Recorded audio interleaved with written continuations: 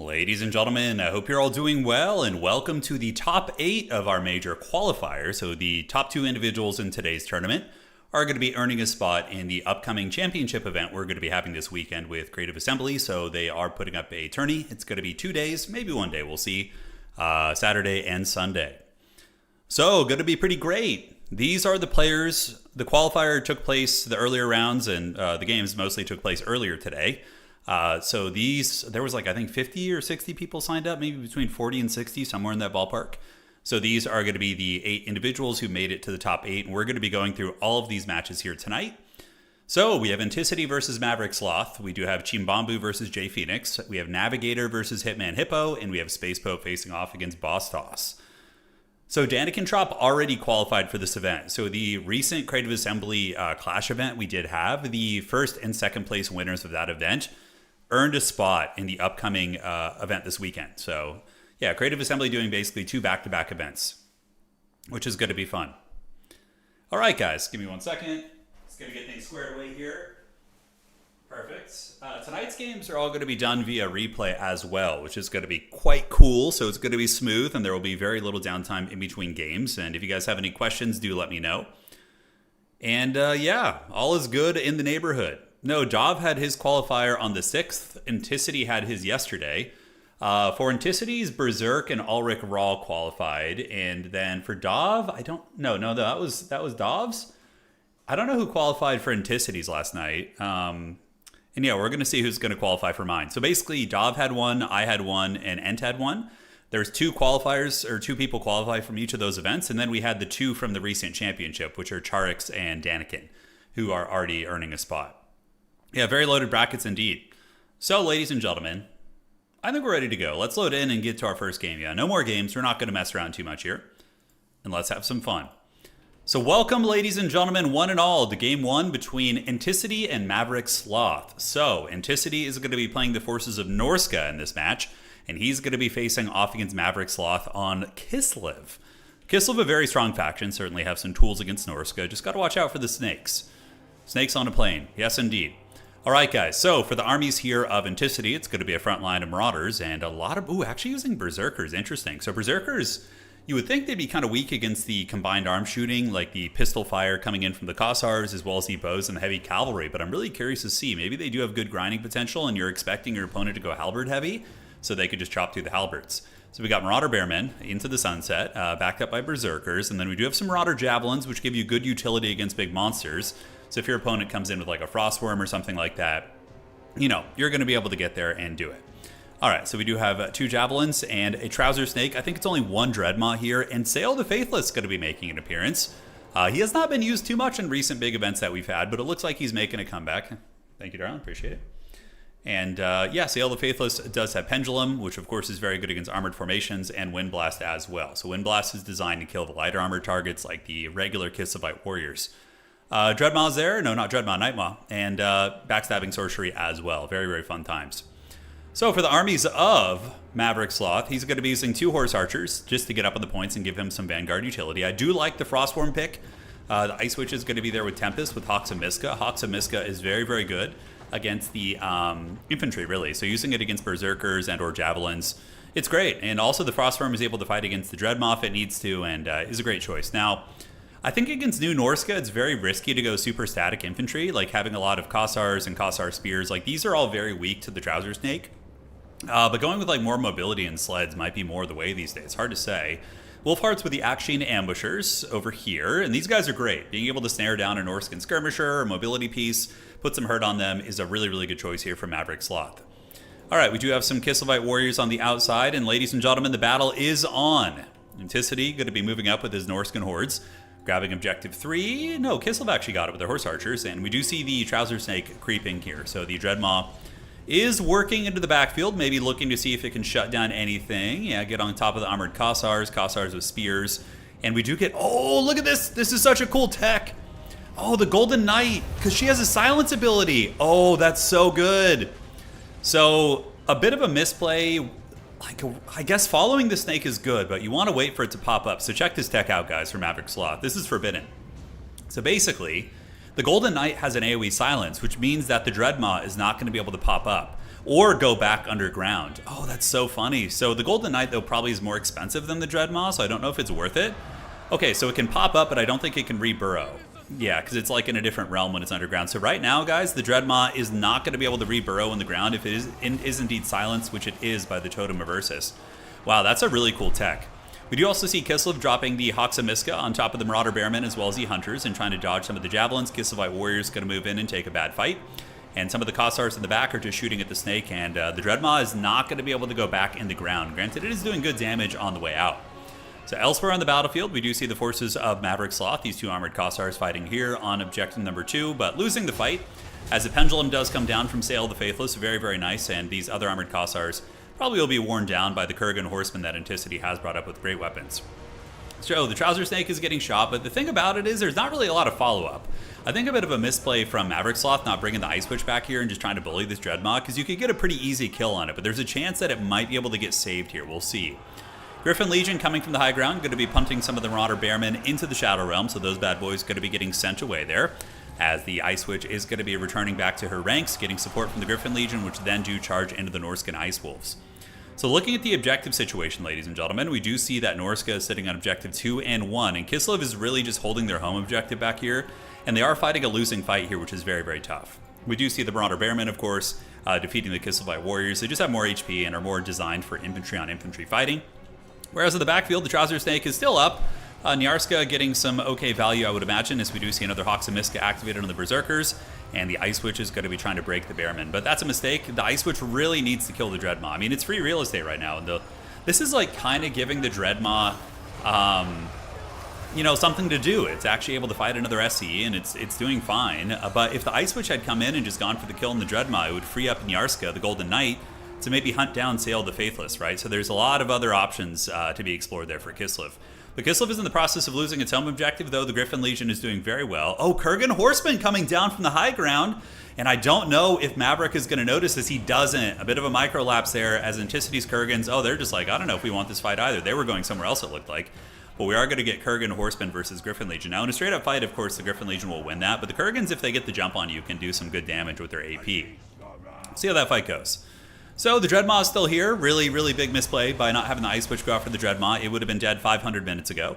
And we do see the Wolfhearts getting trapped up by some Marauder Bearmen, which again is not a great fight here for these Akshina ambushers. So just a couple little mistakes are going to start compounding here, and maybe giving Enticity more of a comfortable position. All right, macro situation onto the map. Objective number 2 does belong to Norska, and objective 1 as well. And Norska is in the process of stealing the home objective of Kislev. Back here, we do see the Griffin Legion fighting it out and actually really beating up the Kurgan Horsemen, but they're being just massively outnumbered now. We get the Riders of the Mighty Serpent coming in. We get the Ice Wolves and the Kurgan Horsemen in the front. The Griffin Legion here is going to be dispatched, but honestly is doing a good job fighting like a 4v1 right there, right? So Kislev's still fighting in the back. Wind Blast going down here, and it does hit the Griffin Legion, slowing them down but not doing much damage. Nyarska is starting to lose the fight against the Trouser Snake. I love this tech, though, from Maverick Sloth. I think it's a very, very good tech, but the follow-up is just kind of lacking a little bit. Like, what is this Ice Witch doing? This is definitely one of the biggest blunders in the game. The Ice Witch could have killed this Dreadmaw, like, oh man, 100 times over.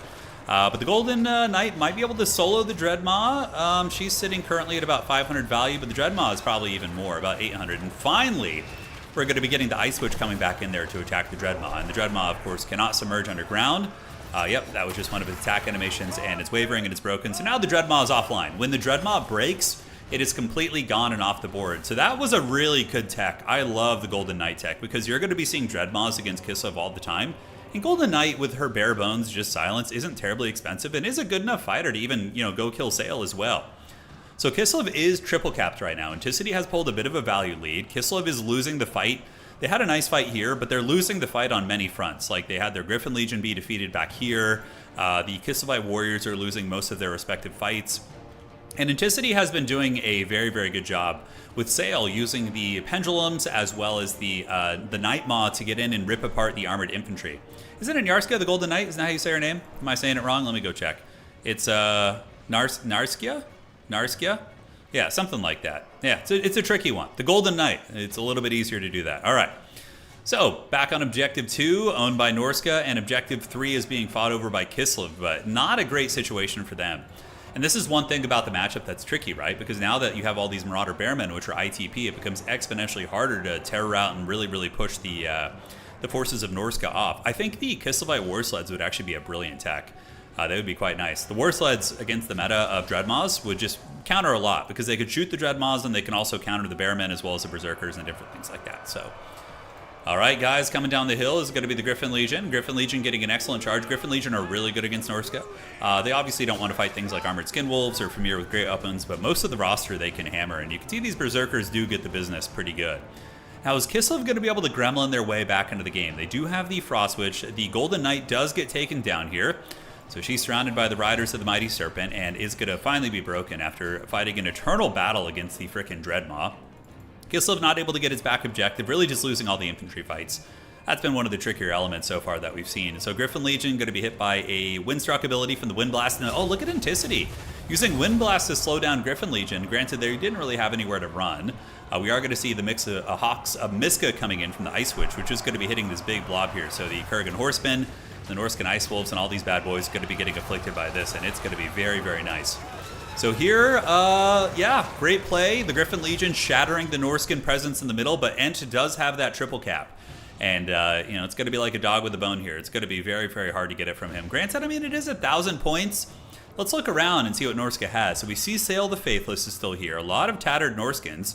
And we do see the Kislevites getting some Dervishes and some Griffin Legion, and I love this tech from Ents. Okay, I was about to say, it kind of looks like Maverick Sloth is starting to take over the game a little bit, but Enticity has really good Helm's Deep material. Getting the Fimir with Great Weapons, those guys are going to be a brilliant.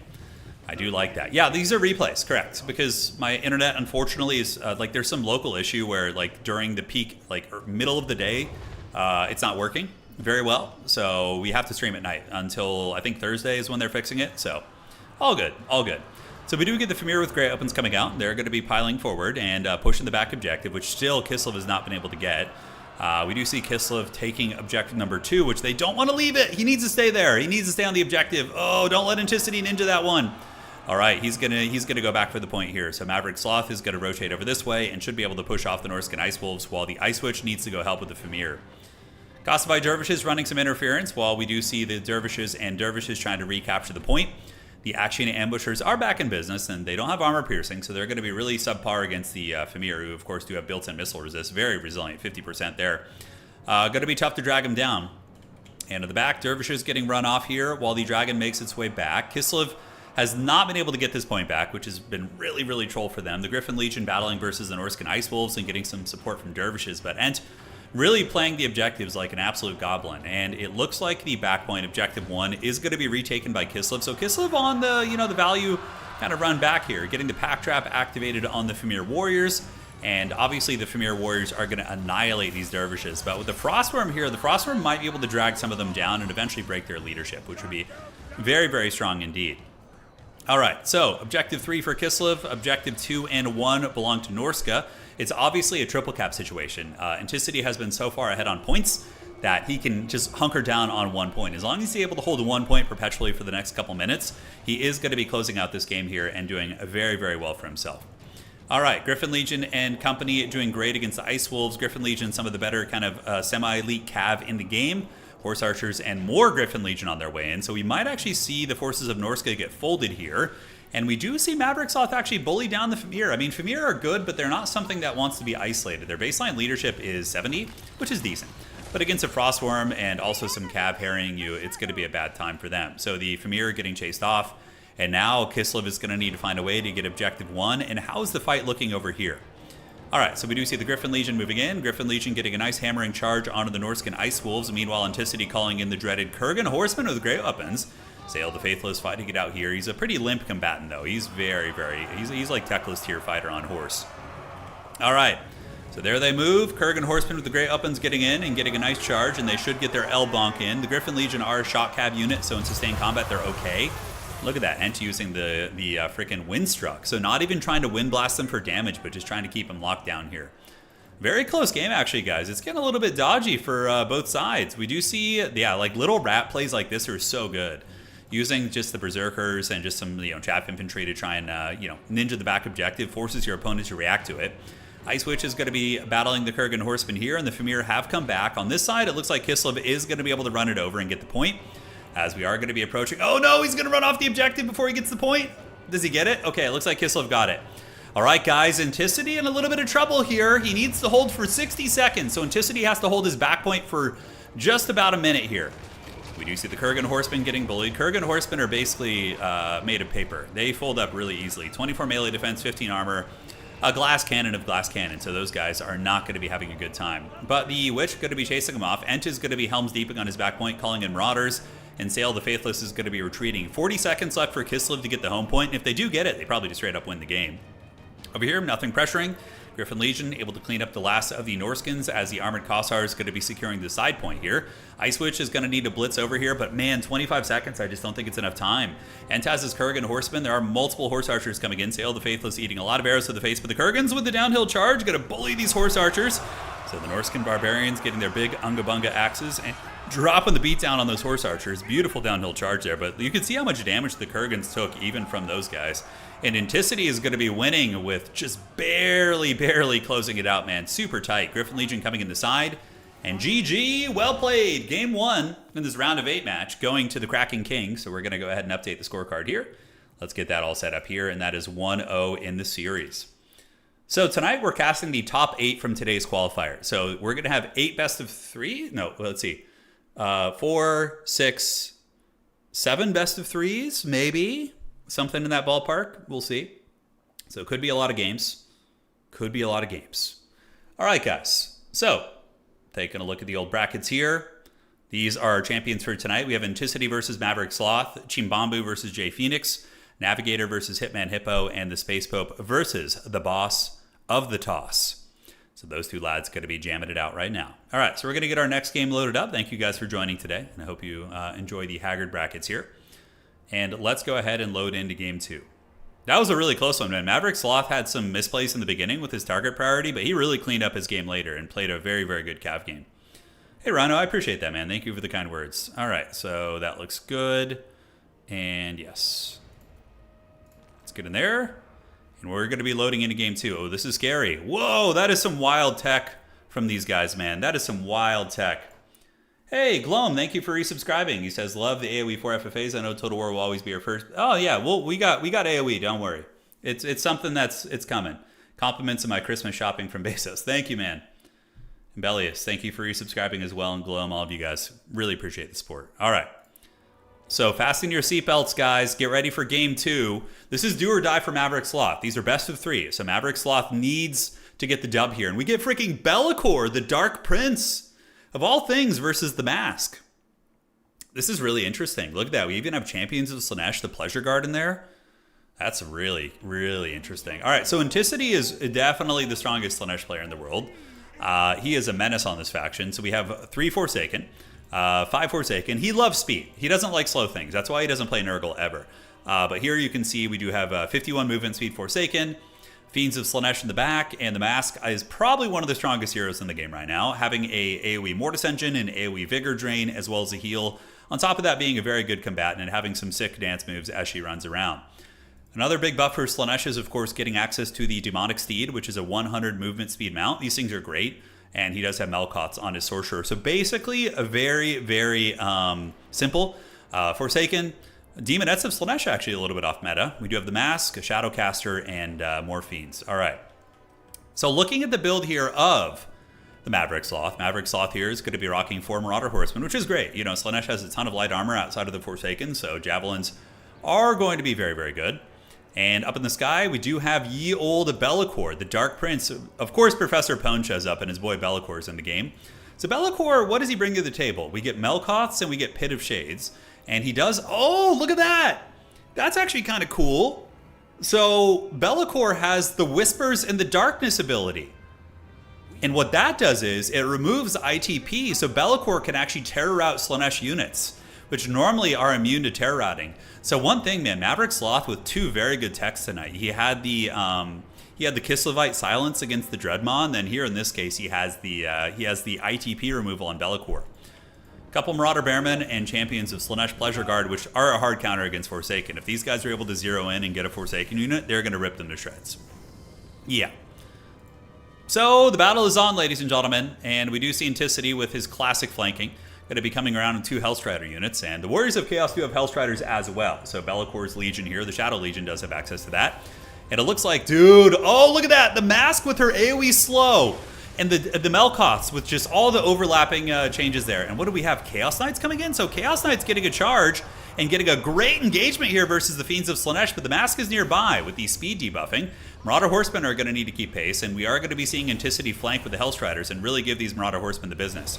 So Be'lakor and the Chaos Knights and the Champions of Slaanesh going to be taking a fight here. Be'lakor is now in the mix, while the Marauder Horsemen are being mismicroed, so a bit of a blunder there. Maverick with a couple of really nice plays, but the Marauder Horseman blunder certainly could hurt. And now Enticity is going to envelop him. He's going to need his own Hellstriders to fight against the evil Hellstriders here. So we're going to see if Maverick is going to be able to deal with the micro here. So Be'lakor dropping a Melkoths, and we do see Melkoths activated on the Chaos Knights as well. Champions of Slaanesh, Pleasure Guard, and Be'lakor fighting the good fight and honestly trading reasonably well in this blob. But the Chaos Knights are going to be overwhelmed. The Mask is currently using the Staff of Masks to get some healing. A couple of Hellstriders going to be emerging from the bushes, but Anticity's Forsaken are very problematic, right? Like, this army here is very concentrated in this blob with Chaos Knights, and using Hellstriders to screen out frickin' Forsaken is really inefficient. Be'lakor going to be dropping a huge bit of shades right there. Going to be going down on the Forsaken while he continues to try and take down Jim Carrey. But Jim Carrey does not stand alone. Be'lakor, of course, is going to be hitting hard against these units and would beat the Mask in combat. But there's Fiends attacking as well. And the Champions of Slaanesh are being ripped to shreds. So we do see the Pleasure Guard getting the business pretty good. While more Hellstriders from Enticity going to be harrying the Marauder Horsemen. And that's the problem with the build here from Maverick, is that, investing very heavily into Be'lakor and the Pleasure Guard, those kind of units. Yeah, he taps out really quickly. God damn, Enticity Slaanesh is scary. But the build had some big flaws. It didn't have a way to protect those horsemen. Against Anticity's wide pressure build, and you have nothing to protect your 4 horseman units, they're just going to get run down by Hellstriders. So, yeah, really cool. Like, despite Maverick Sloth losing this series 2-0, he had some really cool tech. Like, I loved the Be'lakor versus Slaanesh, the idea of it, and I also really like the idea of using the silence on the Golden Knight to shut down the Dreadmaws. Granted, the troll toll has been paid. So now, guys, we're going to head on over to the brackets. GG, well played. The Cracking King. And this is his last chance to qualify. If Enticity does not make top 2 for this, he is not going to qualify for this major event. So for him, pretty much all the marbles are on the table. Yeah, the Be'lakor pick was cool. I liked it. So that's going to be a 2-0 victory here for Enticity. And next up, we're going to be doing Chimbamboo versus J Phoenix. That is going to be next up on the docket. So let's get this squared away here and set it up. Yeah, Enticity is the guy with the micro to hit the... Yeah, he has very good micro. But, he comes from traditional RTS too. Enticity is a Masters level StarCraft player. So he's got that sweaty micro when he needs to, All right, so let's do this. We're going to go ahead and delete that game here. And now let's do Chimbamboo versus J Phoenix. All right, let me have a sip of water here real quick, guys. We'll be loading into the game in just a second. How you guys all doing today? Good to see some familiar faces, some new faces. I've been adminning this event all day. It's pretty funny when you get like the big CA events. You get these people coming out of the woodworks who don't play in the normal tournament circuits who are pretty good. We had a couple of those guys coming in. No, round of 8 is best of 3. That was a best of 3 series. Enticity won 2-0. Enticity doesn't qualify. He's eating 100 hot dogs. Is that real? Is that actually a thing? So I don't know if you guys have ever seen the... Like, I from what I've seen of Enticity, he's a pretty lean guy, like pretty skinny, right? But there's that one professional hot dog eater guy. What's his name? Kobayashi? Dude, that guy is probably like Enticity size, and he can put down like 80 hot dogs or something. It's insane. All right, so let's get in here and get into our next match, ladies and gentlemen. So we need to change the scorecards here, reset all this. That is going to be 0-0. And then on player 1 side, we have Chimbamboo. We're going to put Chimba for short. And he's going to be facing off against J Phoenix. Chimba's like... We used to call our dog Chibamba. That was like one of his nicknames. So whenever I see Chimbamboo's name, it always reminds me of Wookiee. All right. So that looks good. And let's get that over here. Let me get this all squared away, guys. All right. Looks good to me. Ladies and gentlemen of the old world, welcome to this new best of 3 series. Spawning in on the east side of the map, it is going to be Chimbamboo on the Beastmen. Now, Beastmen are eating very, very well this update, getting access to Slangors and the Chimeras, lots of good stuff that you love. So, that is going to be Chimbamboo, and on the other side, we have Werewolf Boyfriend Enjoyer, who's also known as Jay Phoenix. Jay Phoenix, one of the longtime veterans of Total War Competitive. And, yeah. Let's take a look at the build. So it's going to be Papa Durthu coming in from Jay, which I really like. Durthu is a raid boss, and the Beastmen can struggle to bring it down without throwing axes as well as some monsters of their own. Firebark Elders, Dryads, and a Melkoth's caster. So we have Earthblood Branch Wraith with Flock of Doom Durthu. All right, you gotta love it. Hawkeyes of Drakira lurking in the wings, Deepwood Scouts, and a couple spears are ready to go.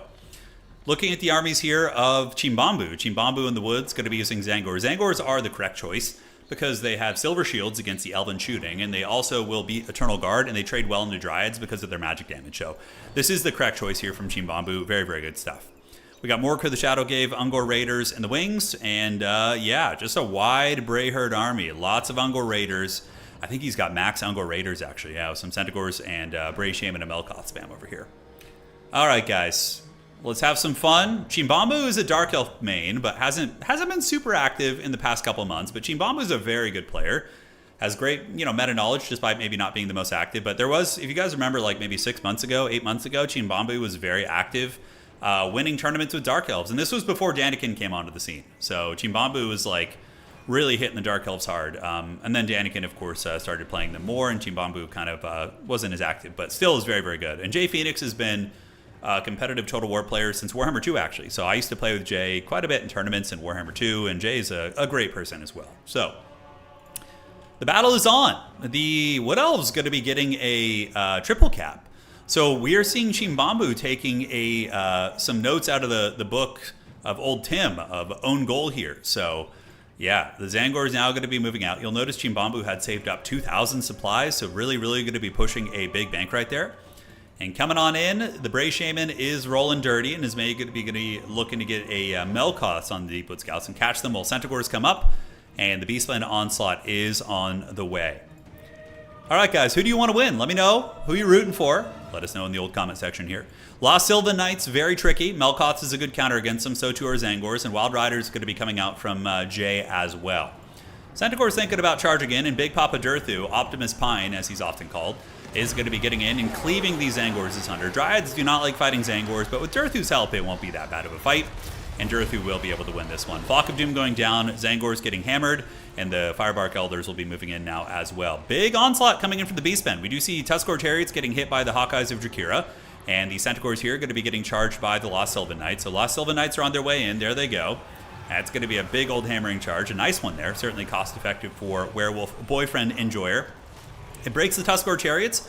And on the backside, Beastmen going for even more aggression, but running into multiple waves of Wild Riders, which do trade well here. But 2 Centaurs and a Bray Shaman are going to be able to beat a Wild Rider unit. But in response, the Wood Elves are going to be getting their archers up on the hill and doing some crossfire, trying to provide some fire support. And they do end up pushing back the Beastmen, but not before one Wild Rider pays the Troll Toll. Lost Sylvan Knights looking for engagements, going to be taking the fight here, but do not want to be fighting against Zangors. Zangors do magic damage and ignore the massive Fizz res of 55% that they do have, which makes them very, very squishy there. All right, guys, looking around the map, we do see objective number... Oh, shit, it hasn't flipped. Oh, man. Oh, he never captured it. Chimbamboo, no. He did not capture this objective. Okay, so his home objective still is in the hands of the Wood Elves. Oh, that could cost him later on really, really bad, especially if he doesn't get it now. Okay, so the Centaurs are running over the objective, and I think he's going to get it on accident. We do see an Earthblood going down to the Lost Sylvan Knights here as Centaurs. Do they get the objective? Oh, he just barely gets it. Okay, that would have been a freaking disaster if he missed it yet again. Now back here, we do have a pit fight. Looks like the Beastmen are doing pretty well here. We have 3 Ungor Raiders shooting into Optimus Pine, forcing him back, so he did get forced out of the fight there. And it looks like Morkur the Shadowgave able to summon some Chaos Spawn, but the Firebark Elders, being one of the tankiest units in the game, are just going to be sitting all day. They're basically what Oceanids wish they were, but I mean, I don't know. Oceanids versus Firebark Elders, I'd have to look at a cost comparison, but yeah, Firebark Elders are insanely tanky. They have armor, they have fire resist, missile resist, fizz res. So against like a ranged missile unit, for example, they have 35% mitigation there, plus of course their armor mitigation, which is very, very good. Durthu moving back in, getting Earthbloods, but you know, those little crappy arrows from these Ungor Raiders can really add up. I mean, I wish it was like that in tabletop where high volume archers could actually kill big monsters, but it doesn't work like that, unfortunately. Back on objective number 2 here, the Beastmen holding on, and we do see the resurgence of some cav units as the Lost Sylvan Knights and some Glade Riders trying to get the point. But Chimbamboo is going to be reinforcing with some Ungor Spearmen, and they are going to be pushing these Wild Riders back. And you're going to see those guys get pushed back into the Shadow Realm a little bit here. But the Bray Shaman, in the meantime, does kind of get bullied by the Sylvan Knights, but I do think that he will be able to rally that. Now, how is this going for Wood Elves? Wood Elves do have objective 3, and they do have objective 1 still. And the value trading does favor the Wood Elves a little bit here. Optimus Pine still going strong. The archers have some ammo, though, so they should be able to bring him down, or at least keep him honest here. And we do see the Firebark Elders. Oh, man, still 14 of 16 models. These guys are such unholy raid bosses. And yeah, Durthu is obviously going to annihilate Morkur in combat. Morkur is just an annoying troll, basically. He just kind of runs around and chortles or moves. I don't know how a cow would laugh in a pompous way, but that's how he does it. All right, so Wood Elf's still hanging in there, though. Dryad's doing good. Glade Rider's going to penetrate into the archers, and some Dryad's going to get back there as well, which is going to be very cost-effective. Dryads and Branch Wraith winning their respective fights. And honestly, looking pretty good for Werewolf Boyfriend Enjoyer here. Looking like they're in a relatively comfortable position, as Durthu is going to keep battling it out versus Morkur. Morkur getting pimp slapped here yet again, and is going to be forced to retreat. He does have passive regeneration, but I think he's slower. About the same speed, actually. Durthu, maybe with charge acceleration, will be able to get it. Deepwood Scouts shooting into whatever they can, and we do have some Hounds as well as some Centaurs that could maybe threaten the home objective here. We'll have to see. Wood Elves are almost at 1,000 points, and we do see more Dryads coming in. Durthu being healthy and still going at this point in the game is going to be very tricky, because if it does come down to a Helm's Deep situation, right, it comes down to a point where, the Beastmen have to all in one objective, and Durthu is just sitting there with his branches planted in the feet, in the ground. That's going to be really, really brutal. All right, so Flock of Doom activated somewhere. I didn't see where it was. Deepwood Scouts going to get harried and probably run down by these Chaos Warhounds. They have a little bit of ammo left. Are they just going to get their charge off? I mean, they have some stats. Looks like they're going to take their last Samurai charge here. So we do see the Beastmen making a play for the Elven back objective. But Deepwood Scouts, yeah, they get wrecked pretty good. They have very low armor, and their melee defense is certainly not impressive. They're going to need some help over here. Hawkeyes of Drakira do break those Angors using Discouraged and Smoke Bomb, and maybe they'll be able to help the Deepwood Scouts stabilize that side point. We'll have to see. It already looks like Werewolf Boyfriend Enjoyer is going to be heading back here and looking to secure this objective, or J Phoenix as they're often called, is going to be coming back here with Durthu to try and Helm's Deep already. It obviously is a triple cap situation, and it looks like Durthu is going to be abandoning this point here. I don't know if it's too early to do that. Like, maybe Durthu holding here for a little bit longer could be good. And we do see one of the Branch Wraiths being chased back into the woods as well and actually breaking. So very, very close match. This is a nice one here between these two players. Race of the Frozen Heart versus Zangor. Zangor's getting hit by the Flock of Doom, which is going to do nice damage. And look at that. Wild Riders coming up to clean up the riffraff here. Honestly, Wild Riders could maybe even threaten objective 2. If Durthu were to march over there and Wild Riders were with him, and the Terror on the very low leadership kind of beat up Beastman army could be very good. But the Bray Herd is going to be getting this point here. We do see the Dryads getting routed off as the Beastmen do move forward. Gore Herds and Morkur the Shadow Gave going to be gathering, while the Bray Shaman of Shadows is going to be parking his motor scooter there as well. And yeah, Beastmen a little bit resurgent here in the fourth quarter, but they still have a Durthu problem to deal with. And value does favor Beastmen, but there's a lot of things that don't get tracked. Wood Elves. But there's a lot of things that don't get tracked properly. Oh boy, that's going to be hard to break. We get Firebark Elders coming in. Look at that. All right, so they're moving. They're going to be hard to break. They're only 3 capture weight, though. So you're going to need to give them some Dryads or some Spears. And the Wild Riders are going to turn about face, charging into the Centaurs with throwing axes, which do get microed back very nicely by Chimbamboo. So Chimbamboo going to be retreating there, while the Wild Riders going to be resetting their charge. And the Firebark Elders and Dryads probably just going to be getting spammed out for the rest of the game. In the back, Branch Wraith also rallied. That's quite nice. The Branch Wraith for J Phoenix should probably be wheeled up and around towards the objective 1 if possible to try and salvage it. Although if Morkur is mistakenly chasing that thing, then that's a big, big win for the Elves. There's a bit of time, though. Wild Riders going to be clashing with Centaurs. In a straight-up fight, Wild Riders do usually win, but Centaurs were healthier, so it could be a bit of a different one. Firebark Elders are here, and we do see Melkots going down from the Bray Shaman, and I don't know if Wood Elves are going to be able to hold this. You definitely need some Eternal Guard or some infantry on here to just give the capture weight. And Durthu could have came over here and helped as well against these guys, but it looks like the Wild Riders are going to get folded up just by the combined core of the infantry as well as the Centaurs. All right, so it begins. Glade Riders with spears, Dryads coming out. The objective is in the process of flipping. Firebark Elders don't have the capture weight to really hold it. The Dryad's going to be cruising over, and it looks like Jay Phoenix probably going to be calling in more Dryads. I would be surprised if it's anything other than Dryads or Eternal Guard. So capture weight goes back for the Wood Elves for now, as we do see the Zangors get broken off here. And Durthu is just kind of stomping around the objective, trying to hang in there. Still a triple cap, obviously, but look at this. This is going to be like 10 capture weight coming in, Dryads and Dryads. Durthu getting a big slap on the Bray Shaman is quite good. If Durthu can get a shatter or a break on the Bray Shaman, that would be huge. So he's able to get in there, wavering, and another karate chop. Looks like the melee defense held firm that time, but the Bray Shaman is definitely in some big danger as it goes down to about 600 HP and could be borderline shattering here. Firebark Elders need to be sent into combat against the Gore Herds here, and a massive, massive onslaught of the Beastmen coming in. So the Beastmen definitely seem to win a lot of the army trades on the map, considering how much they still have left. But obviously, the Wood Elves were able to get some essential snipes on some things and really, really bully Morkur, but Morkur, of course, doesn't really care about that. Branch Wraith and also Glade Riders with Spears heading towards Objective 3, where Morkur is going to be camping out. And the Beastmen do manage to take this objective. Overcasted Flock of Doom going to be going down. Nice cast right there as Dryads do move up and begin engaging against the Gore Herds here. The Gore Herds are meaty though, man. They hit hard, and it looks like these are the dual weapon variants. But Terror Routes will be a nice asset, but we do see Durthu getting a lot of throwing axes, ladies and gentlemen. He's getting a lot to the face, and if Durthu breaks, most likely going to be game blouses, and it would be a victory for the Beastmen as Optimus Pine is going to be sent running back to the woods. We'll see.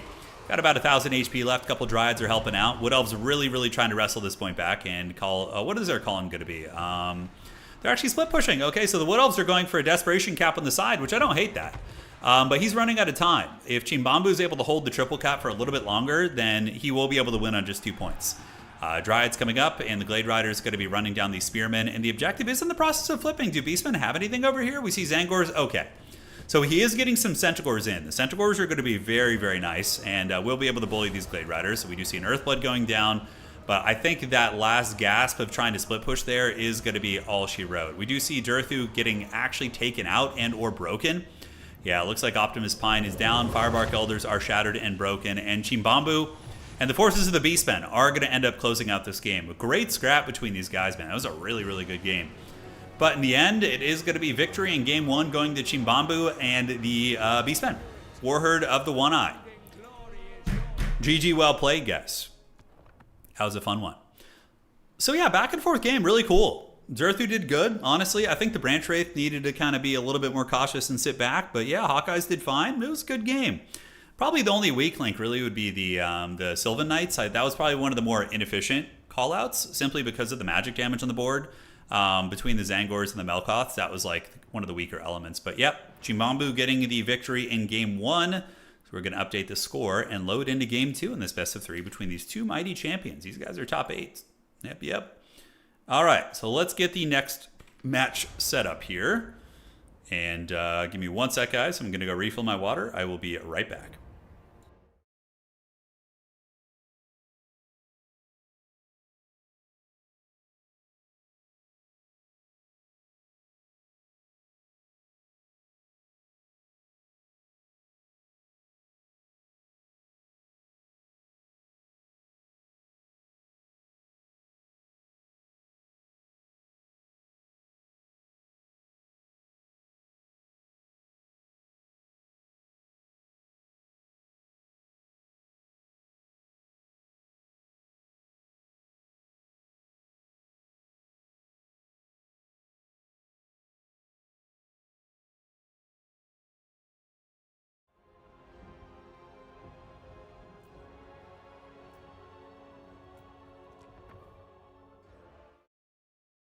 Now the boys are back in town, ladies and gentlemen. We have Game 2 between Chimbamboo and Werewolf Boyfriend Enjoyer.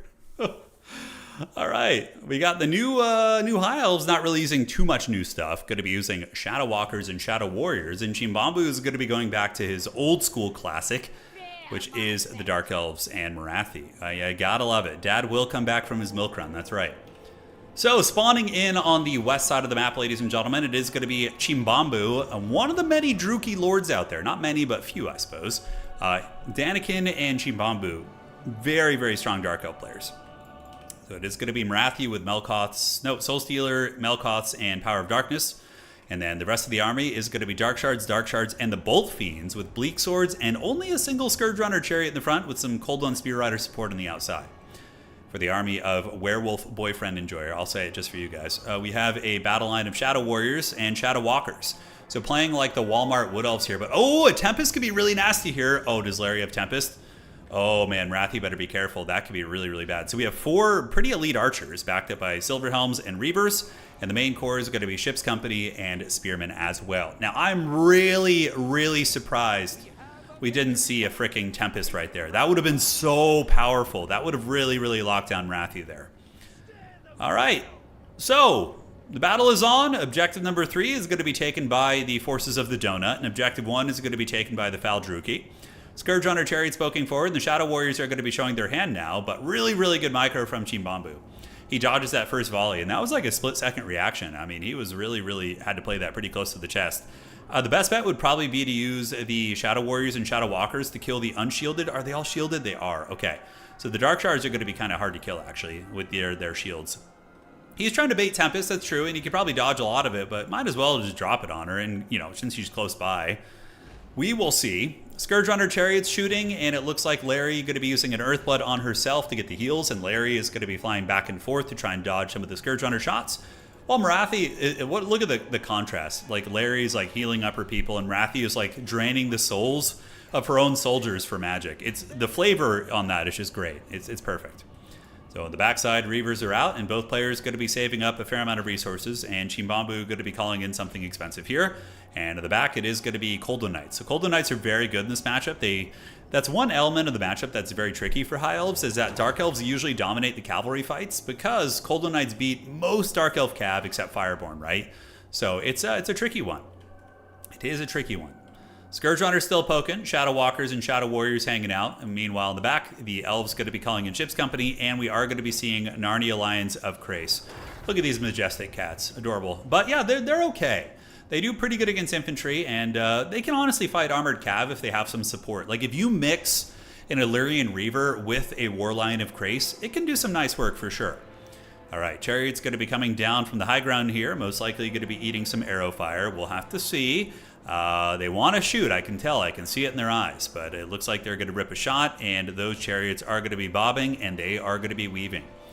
So far, Dark Elves not advancing. Illyrian Reavers preparing for a flank here on the Dark Shards, but obviously Chimbamboo's probably going to call out some Dark Riders to screen that. The skirmishing phase has probably slightly favored the Dark Elves. We see a lot of ammunition ebbing and flowing off of the Shadow Walker and Shadow Warrior core, and very minimal damage has been done. I think it would have been better to just focus the Dark Shards despite the shields, and now we're going to be seeing a Tempest activated. So Marathi is going to be getting hit with Tempest. So that alone will do a lot of damage. It's going to be a little bit hard to hit her with arrows because she can keep dodging even in the Tempest, but, you know, it's still not a terrible idea. And we do see the HP diminishing off that character pretty quickly, and that's what I'm saying about Tempest. Like, 3 overcasted Tempests, and Marathi is basically going to be going to the pits, right? It's not going to be fun. All right, there is going to be the Wand of Crydon activated, and we do see the Cold Knights coming down from the high ground. And now the Dark Elves, I love this style of Dark Elves, like just the chaff infantry with the Dark Shards doing heavy lifting. Warlions of Krace look like they're trying to maybe squeeze through the infantry lines, but they're going to eat a ton of crossbow bolts to the face as those Lions do try and make their way in, pouncing past down to about 80%. They do get on top of the Dark Charge right there, which is going to be nice. All right, elsewhere, Cold One Knights going to be diving, and we are going to see Reavers versus Cold One Knights. Not a good fight for the High Elves. The Silverhelms also get wrecked by Cold One Knights. So this is where it could get a little bit problematic for the High Elves. The Velociraptors, and they have AP, and Silverhelms don't really have the armor piercing to get through the 90 armor here. So, yeah, the charge bonus is obviously one thing, but in sustained combat, the Cold One Knights will start to win it. But if the Reavers come around the back here from Werewolf, that would be very, very nice to get in there. All right, Larry taking a little bit of damage from Scourge Runners, but her Eagle putting in some work. On the backside, we see Spearmen being called in and Illyrian Reavers looking for fights, but both of the Silverhelms are going to start losing their fights after their charge bonus does wear off. And the Dark Shard lines are very, very happy and healthy. One of them got nibbled on by the Tigers a little bit. You can see that the Narnia lines did flee, but 3 Dark Shards online here is going to be very, very painful. So, yeah, Werewolf is going to need to get a snipe on Wrathy to have a chance in this game, because losing the Reaver fights, losing the Cold One fights. I mean, winning. The Cold One's winning against the Silver Helms. The Dark Elves are just losing way... Oh, man, I don't know. I need some milk right now, man. It was a crazy day. I'll tell you guys about it later. But the Dark Elves are just winning too many fights. The High Elves have lost all the mobility fights. They do have their Shadow Walkers in the back and some basic archers, which of course are doing good damage, but they have been paying the iron price a little bit. And Marathi is getting her revenge. Larry was able to get some very, very good Tempests off, but Marathi is a much better fighter. Has anti-large, has armor piercing, and does have some nice debuffs as well. Granted, it does not look like Chimbamboo did bring those. So Larry the Radiant is going to be retreating, dropping another Earthblood right there. Dark Elves are slowly grinding it down. Granted, some high elf mobility coming in. Fireborn do get into the Archers, into the Bolt Fiends, which is good, but the problem is that Fireborn are now going to get counter-enveloped by Cold One Knights and surrounded by Dark Riders. They're not going to be able to escape, and Larry needs to drop a Star of Avalorn. Oh no, it was used over here on herself. I mean, which isn't a bad idea, but man, the High Elves really needed to get that heal on the Fireborn because they're just going to get swamped. I mean, Fireborn are very, very good, and they will beat Cold One Knights on the charge, but if they're the ones not getting the charge off, they're getting enveloped by the slower Velociraptor Cavalry and tar pitted by infantry, and also shot probably by some of the Dark Shards here once they get free. You're going to have a relatively bad time. So looking at the game, definitely favored for the Druchii. Druchii are up 86 against 6.7, and so many of the microcosms of fights, and that's really, you know, Total War in a nutshell, right? Like, you're playing this big battle, and you're just trying to win as many individual little fights as you can to compound your advantage. Larry trying to support the backfield a little bit. Shadow Warriors and Shadow Walkers are unleashing a good torrent of fire, but the Golden Knights are shielded and do also have high armor, so they're not going to care too much about that. As Murderous Prowess is now active, it has been for a while, so that's going to be giving the entire Dark Elf army some steroids here for another 24 seconds. Vigor, leadership, damage, charge bonus, what's not to love.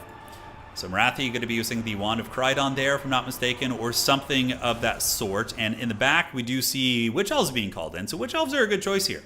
They're weak to Archers, but the Archer core, if you look, the ammunition is very, very low. So a very, very good read by Chimbamboo, seeing that his opponent probably going to be spamming out, you know, Reavers and capture weight units to try and get back on the board. So he just calls in Witch Elves to try and close the game out.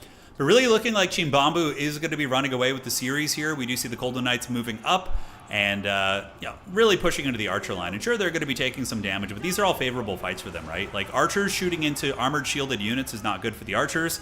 Larry has a bad fight versus Golden Knights, and Illyrian Reavers are going to have a really, really bad fight here as well. As we see the Velociraptors ripping and tearing and getting in there and doing some heavy old work. Ship's Company called in, but Ship's Company just going to get wrecked. Probably the Dark Shards and or the Infantry or Cavalry will get the job done. And the Scourge Runners are still decent little chariots. They're going to get on top of the Shadow Warriors, push them back, as we do see 600 points coming in. And the Witch Elves are rapidly closing the distance on the map. They're very quick ladies, you know. They have 44 movement speed. It's not Slaanesh quick, but it's pretty quick. Like, Slaaneshi Forsaken have like 50 speed or something, but yeah, 44 is pretty good. So there they go. And these Lothern Seaguard, they did not think this was how their day was going to end, but they are going to get ripped to pieces. Witch Elves, 58 freaking melee attack, 44 weapon strength, really good at killing light armor, and that is the name of the game there. And with that, victory for Chimbamboo, 2-0 win in the series. So decisive win so far today, and the High Elves are going to be defeated there. So the High Elf build was... It was all right. The things I didn't like about it, I didn't like Larry with, like... I mean, the Fireborner there, the Tempest, Larry is really good. I think that's great. Was there enough to really justify her healing? Fireborn ended up getting 1700. So yeah, Larry was a good choice. I don't know, just so many of the fights against the Cold One Knights went badly. It's hard to really analyze every element of why that went badly, but I think it's because all the mobility fights got lost by the High Elves. The Dark Elves won every mobility fight. And with that being done, then the Dark Shards were unthreatened. Not that they did damage, too much damage, but it was the implication of them putting the pressure on. And yeah, Bleak Sword's got some kills. Yeah, 121, 103 with barely any value. Classic. So that is 2-0 for the great Chimbamboo. So he is going to be jamming there. GG, well played. And now, ladies and gentlemen, we are going to be getting ready for the next match. So thank you all for joining. Hey, Backlit, thank you for subscribing, man. I appreciate you, dude. Let's get our next game going. Although we need to update the brackets real quick, so let's do that. So we have our next round matchup here. It is going to be Chimbamboo with a 2-0 victory over Jay Phoenix playing Inticity in the semifinal. And then, of course, we have Navigator versus Hitman Hippo and Spaceboat versus Boss Toss on the very bottom side of things. All right, so let's check it out here.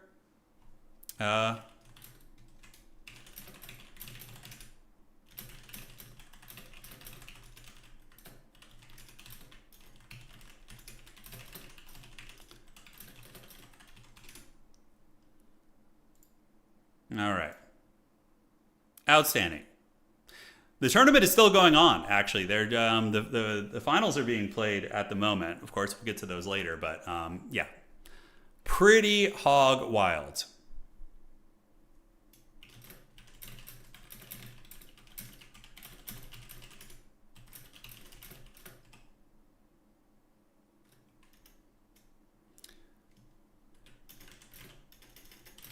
Sorry, guys, just doing an admin thing real quick. Okay, outstanding. If Turin owned a bar, he'd be Dennis. It's Always Sunny is so good. All right. So, ladies and gentlemen, let's get into our next match. It's going to be a Navigator versus Hitman Hippo. Now, this is going to be a good one. Hitman Hippo is a former... Hitman Hippo did win one of the Creative Assembly official events like a couple years ago. Yeah, very, very strong. And let's get in there and see what's cooking. Ooh, we get the Dowie Czar. Oh, hell yeah. That's going to be great. All right. So here we frickin' go. We got Navigator versus the Hitman Hippo. So we got Navigator. Is his name too powerful? It is. All right. I need to get that squared away here. So just give me a second, guys. The battle is on. Oh, no. Ah, get out of there. Everything's falling apart. Hold on, let me pause the game real quick, guys. Have I ever told you guys how much I hate graphic design, like doing it? I just loathe it.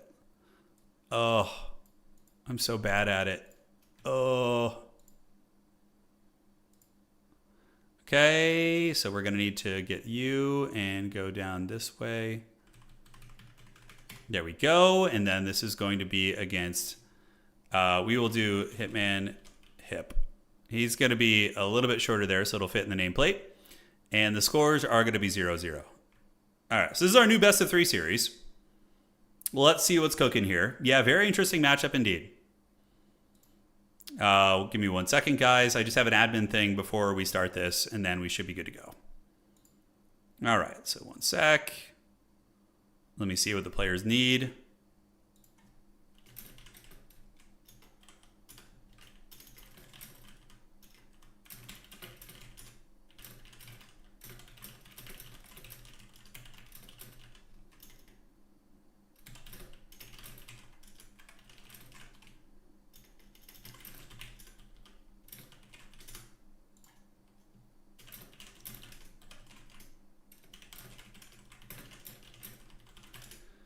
Okay, cool. So the last of the adminning is done. And ladies and gentlemen, we are good to go. So tonight's tournament, we will see who's going to be qualifying for the major event. It's going to be very, very fun here. Let me get my chat all squared away.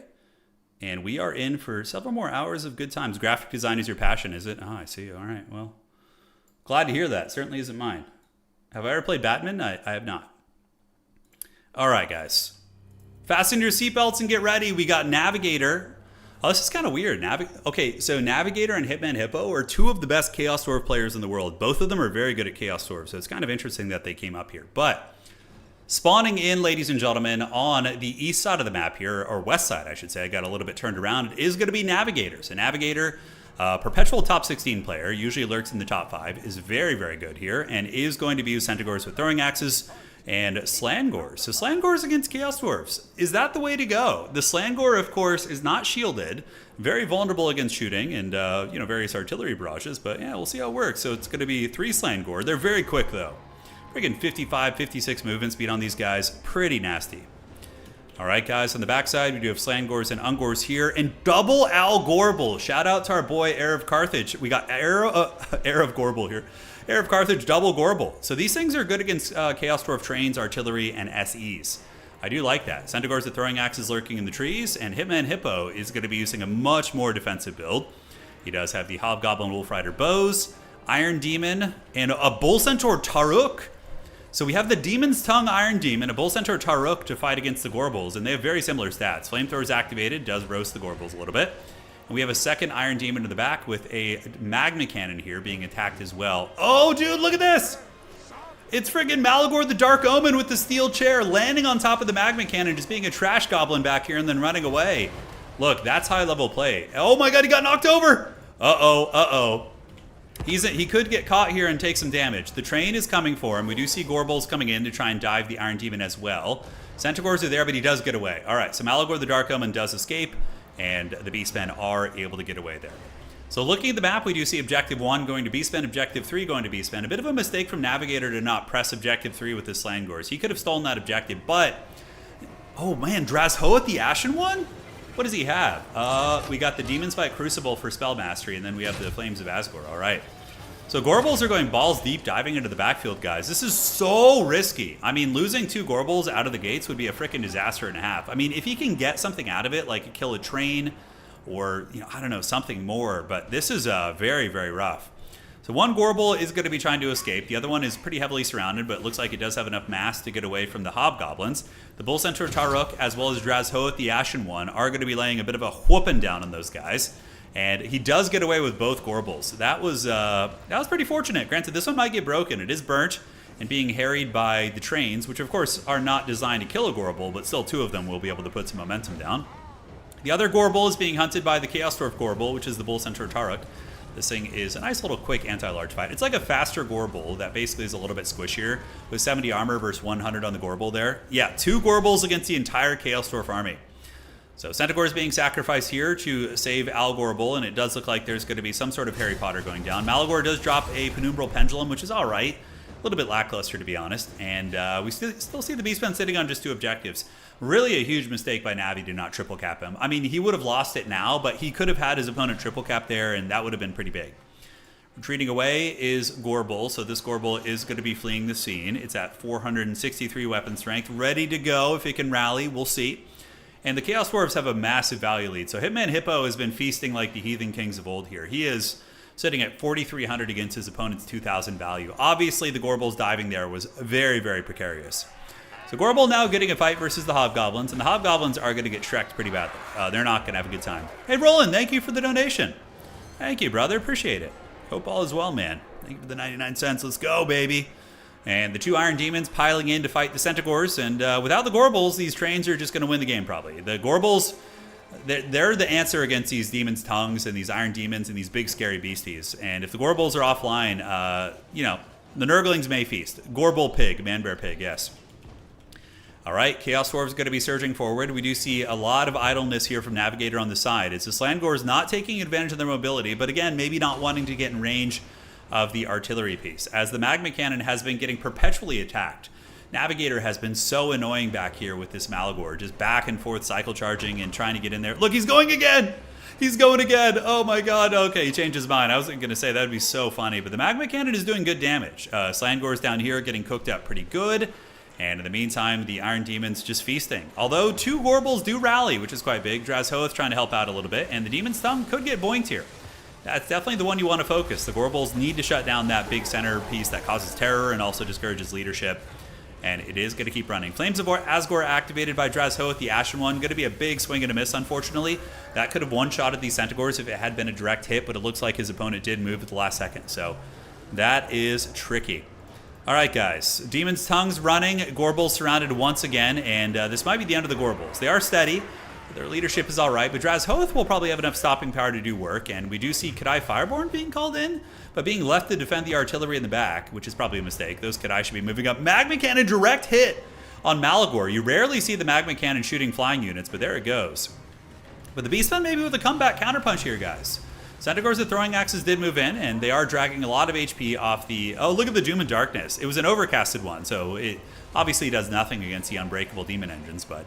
Yeah, Gorbals are still going, dude. They didn't hear no bell whatsoever. These are the Rocky Balboa Gorbals, man. They're the theme music is coming. Gonna fly now. So they're moving in, and the Demon's Tongues are getting hammered, and these Gorbals looked like they were gonna die in the very beginning of the game, but they just continue somersaulting, dude. They're doing some straight-up gymnastics on this thing right here. And one of the Iron Demons is down for the count at the hands of the Gorbals. All right. On the back objective, I love this. This is my favorite part of the game. Navigator just being a goblin with Malagor, just like flying back and forth. And dude, if he gets the Magma Cannon for this, that's going to be insane. And how annoying is that for Chaos Dwarfs? To have to like leave something back here to guard against Malagor, right? That's so troll. But he's going to freaking break this Magma Cannon. And when that thing breaks, it's most likely not going to come back. All right, guys. So we still have the Bull Centaur Tara, Kadraz Ho with the Ashen one. Flames of Asgore activated. That's going to be a nice one right there. That's going to potentially cook a lot of these guys, and yes, it does. So the Flames of Asgore are able to cook the Centaurs with throwing axes there, doing some great damage, and those bad boys are going to be forced off the battlefield. On the backside, Kadai Fireborn and some Hobgoblins and Chaos Dwarf Warriors moving up. Meanwhile, Malagor is just being... He's like... What's the Red Bull gives you wings thing? He's like that thing. He's just punishing this Magma Cannon at 200 HP right now and getting away with it. He can't keep getting away with it, but he does. Chaos Dwarves, though, are very resurgent here. They have an aggressive blob, and those Gorbals did take a lot of damage. Minotaurs with great weapons are in the mix. If the Minotaurs can isolate the Kadai Fireborn, that would be a big play. Certainly go quite a ways towards getting him back in ye old game right here.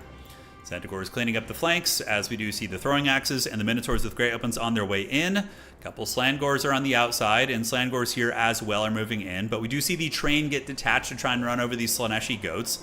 So the goats are going to get it here, and we do see him getting the business. Shot through the heart, and you're too late. Will they give love a bad name? Find out here today. Suppressed and running, but a little bit overextended. Potentially isolated by some Centaurs. We'll have to see. Slangor is heading back towards Objective 3, and honestly, the home objective of Chaos Dwarves, not easy to ninja. I have to say, though, guys, the Beastmen are looking to be a little bit behind, despite some very cool plays by Navigator with Malagor. They're just looking like they took too much damage. The Flames of Asgore were really cool. I love this deck. Hitman Hippo was always one of my favorite players to watch. Extremely high level, capable of winning major events, but brings like less popular factions and off-meta builds like Foot Drazhoath with the Demon Spike Crucible. That's not something you see often. But yeah, I mean, the Flames of Asgore are going to do a lot of extra damage from that. So pretty damn cool. Yeah, the Gorbal blunder in the beginning I think might have been too far of a setback, losing that much HP. One Gorbal is resummoned, so he does come back. Al Gorbal has returned, running for re-election, or I guess for his first election, I suppose. And is going to be hunting down the Iron Demon, which is running. And 5,100 here. The objective in flux. Chaos Dwarves look like they're on their way to a triple cap here, and the game is like close enough on points that it's not like Beastmen can make any desperate plays. They just need to value trade back in this, which is going to be so hard. We have a full health Bull Centaur Render. We have the Kadai Fireborn lurking here. We do have Drazhoath, the Ashen one. It's a lot of scary stuff. So Goblin Labor is going to be pushing up, providing a little bit of a meat shield for the old Fireborn and the Bull Centaurs, which is going to be excellent. And now the Renders are moving in. Renders are pretty terrible at killing infantry with great weapons, but they will do well against Gorbal if they can isolate. But yeah, he's kind of got all his bases covered. He's got the Bull Centaur Renders with the anti-large and the Kadai Fireborn to deal with the infantry-sized units. Flames of Asgore. Oh man, that's actually not bad against Monsters Infantry, right? Yeah, look at that. Flames of Asgore coming in from Foot Drazhoath. Big damage, melting the Minotaurs and karate chopping the Slangors. I love it. Pendulum response going to be coming in from Malagor. This objective is being held by Beastmen, so the Bray Herd doing a good job holding on to the objective. But that frickin' nuke right there just ended the game. And look at that. Chaos Dwarves is victorious. The Beastmen tapping out. And that is going to be victory for the Legions of Asgore. Glorious game. Foot Drazhoath with the Demon Spike Crucible for the extra damage and also the Taruk. Like, that's pretty off meta. Not that it was a lot of value, but yeah, it did break a couple Beastmen positions here and there. Fun game. The Slangors were kind of awkward, I felt. I felt like the Slangors didn't really contribute much. They were kind of one of the weaker elements, I think, in the build. Whereas like a Pestigore can contend with a Chaos Dwarf Warrior unit, and they also have missile resist built in. Hey, Roland, thank you. Video game controller punches and kicks. Super effective. Thank you, Volkmar, for the $50, man. Thank you. That's way too generous. Hopefully, you got a nice savings. I always feel bad when people donate that much. But thank you, man. I really appreciate that. Thank you for supporting the multiplayer action. Thankfully, this weekend's major tournament, which I'm going to be casting with Dov, is going to be Creative Assembly's paying the prize pool to all the players, so I don't have to pay out of pocket. So that rules. All right. So let's get this set up. Hitman Hippo going up to a 1-0 lead here in this series. And Navigator on the ropes. It is best of 3. So he's going to need to get it going. And for anybody just joining here, let's switch on over this way and take a look at the brackets for tonight. So we have Inticity defeating Maverick Sloth 2-0. Chimbamboo defeating J Phoenix 2-0. And then we have Navigator versus Hitman Hippo, which is the current series that we are in this very moment. Keep making videos? Always, dude, always. We ain't going anywhere, man. Oh, so yeah, earlier today, one sec here. Just put this on here and we can do this. Yeah. While I get the next match set up, Dude, our freaking so we live in a house. It's relatively modernized, but the plumbing under the house is super old. It's like ancient. So like the plumbing pipes are starting to like there was an issue with them, and the reason why one of the reasons why I didn't stream earlier today was because they were like jackhammering under our house, making a lot of noise, and yeah, so that's why we had to stream later. It was like the shit was exploding under our house and whatnot. So yeah. Foot dress hose should be banned. I don't know about that. All right, guys, give me 1 second. Gonna enjoy some water here, and then we'll be getting into the next match. Dude, so I hadn't played the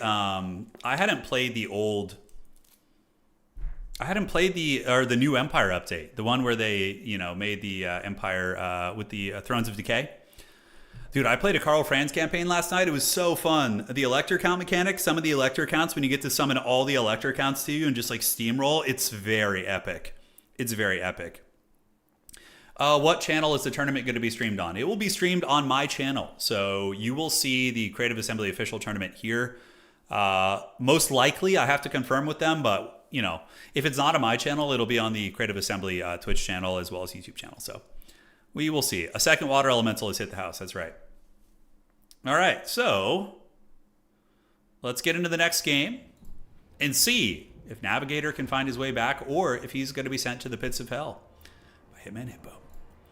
Speaking of hell, I'm getting into the... I've had a couple friends peer pressuring me to get into it, the Trench Crusade game.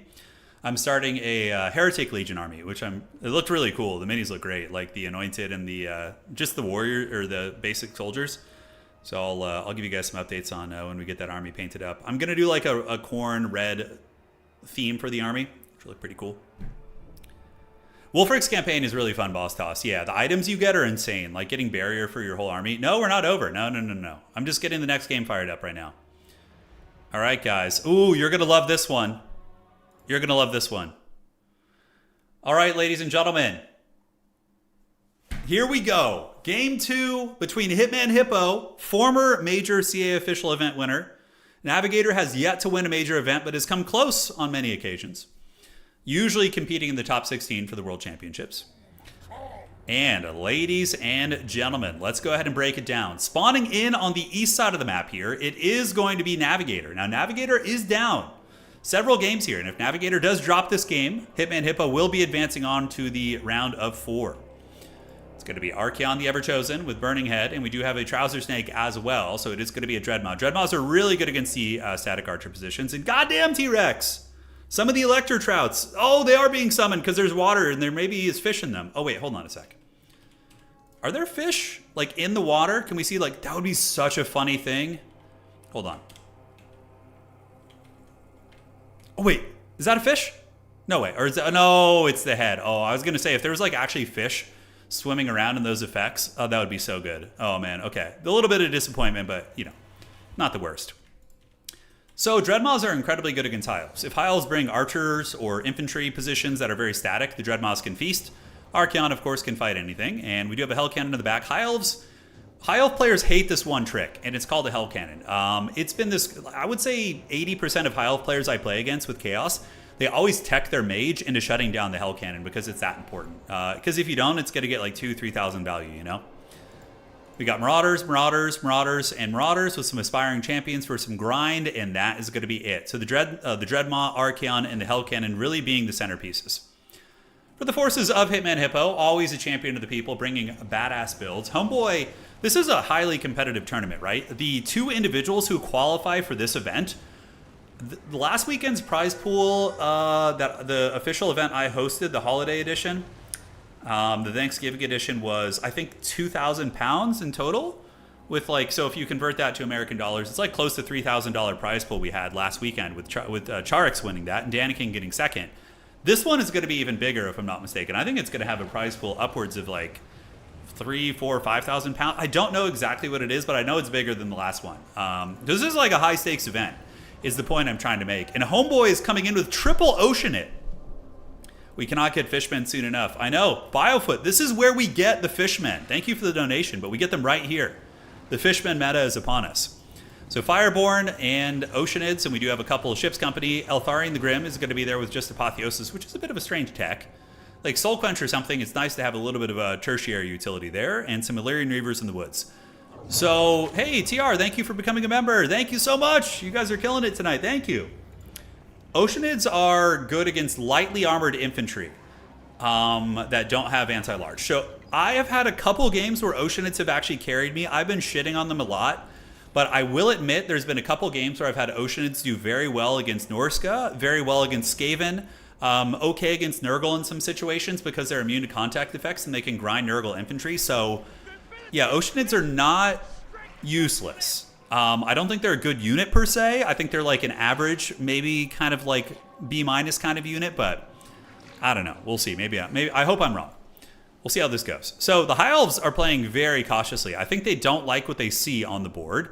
So we are going to be seeing Hitman Hippo building up an army before he attacks out. And he's keeping everything back. And in case you guys are wondering, you are in the 0.4% of viewers. Hell yeah, dude. Rise, champion, rise. Basically, he's staying out of range of the Hell Cannon while he builds up an army. So we can do some fast forwarding. This is a great part about replays. We don't have to sit around and watch them in slow-mo. That is going to be one of the strongest monsters in the update. It is the Bloodshriek Chimera. This thing, I can see it getting nerfed in the future. It's very strong. And I bet you right now Eltharion is very sad he didn't bring a frickin' Tempest. Because if he had Tempest, he could bully the hell out of this thing, but he doesn't have it. So he's going to have to pay the iron price. And against Warriors of Chaos, you don't really think to bring Tempest. Because, the Chimera is kind of new. And historically, the only air threat you would really deal with from Warriors of Chaos consistently was Valkia. So yeah, but still bringing Tempest would have been nice. We do see the Chimera beating up Eltharion a little bit because the Hell Cannon is assisting as well. On the ground, we do see the Illyrian Reaver shooting into the Chimera, and he's going to turn around and fight while his Fang Sword is active. And the Trouser Snake is going to be lurking into the woods. Wait, is he 4 Oceanids? No freaking way. 1, 2, 3. No, is it 4? I think it's just 3 Oceanids. Okay, if he brought 4, I think you can only bring 3. I'm not sure. Hell Cannon waiting in the woods, and Eltharion getting the better of the Chimera. The Chimera is going to be forced back, eating some Archer Fire, and a good micro from Hitman Hippo is able to put some poke down right there. All right, guys, and we do see the Trouser Snake popping up, and you basically just run away from it. That's your Monstrous Infantry are going to be okay against it. Dreadmaw does have 80 armor, though, which is a little bit weird to me.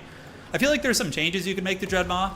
I like its mechanics of popping up. You could probably lower its armor and leadership. I think if you gave it like 50 armor, 40 armor, and then lowers its leadership down to like 65 or even 60, I think it'd be I'm starting to see patterns of it being really oppressive to some factions, but terrible against others. So it's in kind of a weird spot, where it's really good against some things and really bad against others, but the things it's good against, it's very, very good against. So yeah, the Dreadmaw is going to be burrowing in the ground, running away from the Oceanids as well as the infantry there. This is a very, very big build-up here coming in from Hitman Hippo. He's doing it. He's building up nice and long here. And look at the Trouser Snake. It's there. So Shai Halud is just like, come at me, bro. He's just sitting there and he's just spitting on it, He is the, yes. What was that meme? With I forget it. Yeah, you guys have to remind me, but is that a Great Eagle? Oh, it's a Mistmage. Whoa, he calls in a Mistmage on an eagle with the Walk Between Worlds. What the hell is this? Oh, is he going to be sneaking back there to snipe the Hell Cannon? All right. So that is a curious one. In the meantime, Ship's Company and Rangers going to be advancing up, and we do see some Fireborn maneuvering around the flank as the Hell Cannon is going to be blasting into these guys. Yeah, huge damage on the Ship's Company, but they are able to screen some of these units back, and we do see the Warriors of Chaos and Navigator call in Ye Old Knights of Immolation. Knights of Immolation are really, really good here. So they Hawk to a lot. Oh my god, yeah. Is that what we're gonna say it is now? Oh my god. Alright guys, so the Hell Cannon is chilling pretty safely, and the Doom Knights are on guard duty. You can see they're kind of just lurking near the Hell Cannon, making sure the High Elves can't slip past the defenses right there. Yeah, it is Shai Halud. Shai Halud is moving this way. High Elves going to be threatening this objective, and unfortunately for the Oceanids, they kind of get soft countered by the Aspiring Champions a little bit with the magic damage, because their Phys Res will not do anything. But here comes the Oceanids. The ocean is upon us, and they have enough mass to knock back those units. They're very good against Bearmen, though. Bearmen have a terrible time versus Oceanids. Archeon the Everchosen going to be coming in, and we do see the Oceanids getting Walk Between Worlds, which gives them... Oh, for the Phys Res! Oh, so he gives them a massive amount of Phys Res. They have 85% Phys Res right now, but it's really depressing for him because Archeon does magic damage and so too do the Aspiring Champion. So what an unfortunate outcome for that cool play right there from Hitman Hippo. Now on this side, the Hell Cannon is feasting like the heathen kings of old. The Ship's Company being bullied a little bit, and we do see some Oceanids lurking in the wings, but Navigator is definitely winning the early trades. One of the Oceanids is going to be, basically karate chopped right now. Walk between worlds, making it tanky, but Aspiring Champions are countering it.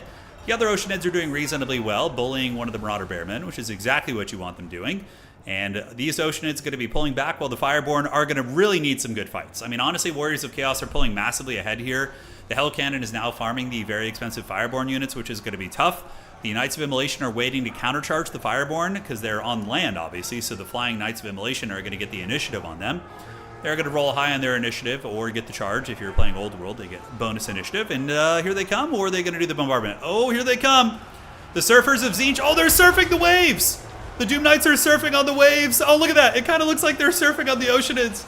I love it. I love it. That's so good. But yeah, the Fireborn there having an okay little engagement, getting a nice charge in. And we do actually see the Knights of Immolation taking big damage from the Fireborn, which isn't bad at all. On the back of the map, some of the Illyrian Reavers do dive on top of the Hell Cannon, and Eltharion the Grim's going to be going for it, which is a ballsy play. This is a bold strategy cut, and let's see if it works out for them. So Eltharion, oh no! He does the attack animation into the Hellstriders, and there's also a Chimera behind him. This right here is potentially a massive throw, because Eltharion is now surrounded by anti-large cav. He's being attacked by a poison monster. If he can get away, it might be okay. He does pop the Fang Sword of Eltharion, which gives him 40% Phys Res, which will make him very durable against the Hellstriders. And look at that, nice little bombardment coming in from the Mistwalkers. And okay, he finds a way out. He's able to get around there. All right, so nice play there by Hitman, able to escape. But, I mean, looking at this fight here, it's looking very favored for the Warriors of Chaos. We have, like, a couple raggedy-ass Oceanids right here. Ship's Company, Lion Chariots of Krace, but Archaon is such a bully here, man. Archaon is just going to kill everything. And what does this Mistmage think he's doing? Yeah, I don't know. It's not going to go well. You're fighting, this is the guy who's trying to destroy the whole world, and you're like some guy riding a bird. Not going to go great, although Archaon maybe takes pity on him and is deciding to go somewhere else. We'll have to see. Knights of Immolation, also another hard counter against Oceanids. It seems like there are so many things in this build that counter Oceanids, between the Knights of Immolation, the Soul of Damnation, Archaon, Aspiring Champions. They all counter them, right, which is tough. So Haggard Swordsman over here, Ship's Company trying to grab the Chaos Home objective. Looking at the points right now, Navigator is looking very, very comfortable. And the High Elves are about to lose this objective. It's kind of in flux right now. Warriors of Chaos do have a bit. No, it looks like they're chilling over there for now. And, yep, Hell Cannon's still farming. It's really tough. I mean, that's why every High Elf player I've seen always brings something to snipe the Hell Cannon, whether it be a bombardment or some sort of a spell. You got to do it. So, back on the point, High Elves hanging on there, and we do see Eltharion the Grim going after Archaon. Man, he's got some balls on him. But him and the Fireborn Remnants. Okay, so there are going to be 18 Fireborn left attacking into Archaon, but the Bloodshriek Chimera with the Perfect Predator is active. So that is going to be giving him the passive healing. And man, that's a hard fight for Eltharion. He's very Chadley. I mean, he's taken a hard fight and doing well. Oh, big opportunity back here. Oh, is Hippo paying attention? The Hell Cannon is free. It's 100% free right now. Oh no, he's not paying attention to this. Hitman Hippo could come back here with the Silver Helms and shut down the Soul. It's completely free right now, but he doesn't notice it. I think he's kind of panicking a little bit up here with Eltharion the Grim kind of getting bullied 2v1. I mean, Eltharion doing good, but being attacked by Archaon and the Bloodshriek Chimera, that is going to be some tough stuff. I'm really liking the walk through worlds. It's super fun. How long does that last? About 25 seconds, give or take? Given the Phys Res. And has he noticed yet? Oh, he still hasn't noticed. Oh, no. So yeah, they do chase down that unit, but that Hell Cannon is going to get a bunch of shots, and with your boy Eltharion the Grim getting broken by Archaon, I think that's going to be game blouses. We have the Trouser Snake over here still fighting, and the High Elves are holding on to this point with their Oceanids. Right now, High Elves do have a double cap, so they're sitting on 2 points, which is nice. But it's they're still behind on it. I don't know, are they going? Yeah, Hitman Hippo's catching up slowly but surely, but the Warriors of Chaos do have that points lead. Hell Cannon's still going. And he still hasn't realized he has this unit back here that can get a freebie on this Hell Cannon. I don't know if it would have changed the game drastically, but it might have given a Eltharion a 500, 600 extra HP before he got routed right there. All right, guys. The Mistmage attacking in. Eltharion going to be getting an Apotheosis. He does rally in the back. Spearmen are going to be heading here towards the point, as the Warriors of Chaos are approaching 1,200 points here. High Elves fighting valiantly, and honestly, you can kind of see what the Oceanids are up to now, right? Like, they're a weird unit. Like, they look haggard, but sometimes you look back and you're like, oh, they're still fighting there, and maybe I have play on this point.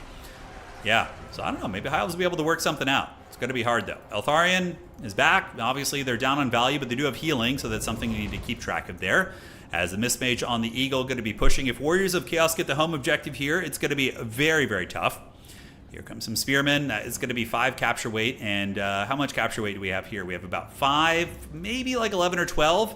So the High Elves are going to need to get a couple more units here as Eltharion the Grim continues healing himself with Apotheosis. Now, back on the point here, it looks like the last bastion of the High Elves are holding. And look at these Chadley Oceanids. All right, I've been smack-talking them so much, but they're actually not doing a bad job here. The Oceanids are holding this point like, you know, it really owes them something. Pushing back those Hellstriders and enduring the throwing axes. And yeah, High Elves are still chilling out on that objective. In the meantime, High Elves do manage to stabilize this point. Could we see the comeback tour from Hitman Hippo? I mean, he is in a situation where if he can hold 2, he will win. But that is going to be a tall order. I mean, the Dark Gods are really feasting over here. We have the Chimera, we have Archaon, Hellstriders, and Horsemen coming in. The Trouser Snake popping up from the earth as well. Yeah, honestly, considering how close this game is getting, if the Hell Cannon had been taken offline earlier, it could change the outcome of the game, 100%. Yeah, it's really, really a tight one. Although Navigator is pretty ahead on value, but Apotheosis has been healing a lot too. Yeah, so this one's going to be flipping. Right now, Warriors of Chaos probably just close the game out, simply because they will win on just the 2 objectives. High Elves are going to need to flip another point. They just really don't have enough on the field to do that. Marauder Bearmen are doing some great work here. ITP, Physres, super annoying to get rid of. One of the more cost-effective units in the game, in my opinion. They're basically like Dryads for Norska, but honestly might be better in some ways. I think they have higher HP than Dryads, not sure. So Oceanids still fighting the good fight here. Some of the Oceanids are going to be fleeing. The Chimera also does magic damage, which is very unfortunate for those elementals. We get Ship's Company and Rangers coming in. Now, if the High Elves can somehow stabilize this point, maybe they'll be able to weasel something out. Maybe, but they need to get these infantry up. Yeah, you got to move the Oceanids up on the point. Here comes the Ship's Company. They're hustling. Hell Cannon still shooting. Oh my god, it's getting so much value. Probably about 2,000 on that. And the High Elves do arrive with 10 capture weight worth of infantry here. Oh my god, is it going to flip? Oh, the High Elves stabilize it. The High Elves stabilize the point, ladies and gentlemen. Oh, but it's going back to Chaos right now. I think Chaos just knocked off too many units. And is it going to be flipping? It's so close, and the Warriors of Chaos do get the flip. And with that, ladies and gentlemen, that's probably going to be game blouses. Look at the score. I mean, it's very even. But right now, the High Elves were not quite able to catch them on points. And I think it's going to take too long for them to get this back. The Bloodstreak Chimera with a brilliant breath attack. That thing is so freaking good. It is about 1,800. It's like a strong dragon, basically. Burning Head going to be coming in from the Lord of the End Times. Going to be cooking some of the elves with a Searing Doom. You know what Archaon says. He is the master of the arcane as well. So nice bombardment right there as those elven cavalry getting obliterated. And the will of the High Elves truly broken. But isn't that insane, right? Like, Navigator brought uber sweaty Warriors of Chaos build. Like, that is about as Sweatimus Maximus as it can get. Bearmen, Dreadmaw, Chimera, Hell Cannon, Archaon, very S-tier strong build. And the High Elves, like, were in this game. They were very much in this game. Like, this was a game that was winnable for High Elves, even with the Oceanids. So in a way, we kind of learned something there. Soul of Damnation is going to be broken, and ladies and gentlemen, that's basically going to be it. Warriors of Chaos is going to be closing out the game. And yeah, fun one. Fun one indeed. That was actually, it looked like it was going to be very one-sided, but those guys held, you know, Eltharion got 3,000 value, like an absolute chad. The Mistmage tech was cool, but I don't know how effective. Archaon getting big value, 4,000. Hell Cannon, 2,100. Dreadmaw didn't even probably pay for itself. It probably got about 900 value after the pop-up animations. And the Chimera got 2,600. The Chimera is very, very strong. Yeah, the Silverhelms might have been able to save the game if they had come back and knocked off that Hell Cannon. Maybe. Maybe. All right, guys. So let us begin our journey into the next realm here and have some fun. Thank you guys all for joining tonight.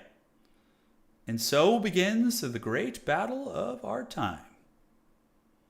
Hippo always plays fun builds, man. He's just a great player to watch. Absolutely awesome. I feel like him and Boss Toss play fun stuff. Yeah, those guys are always great to watch. All right. So, let's go to game 3, baby. Let's go to game 3.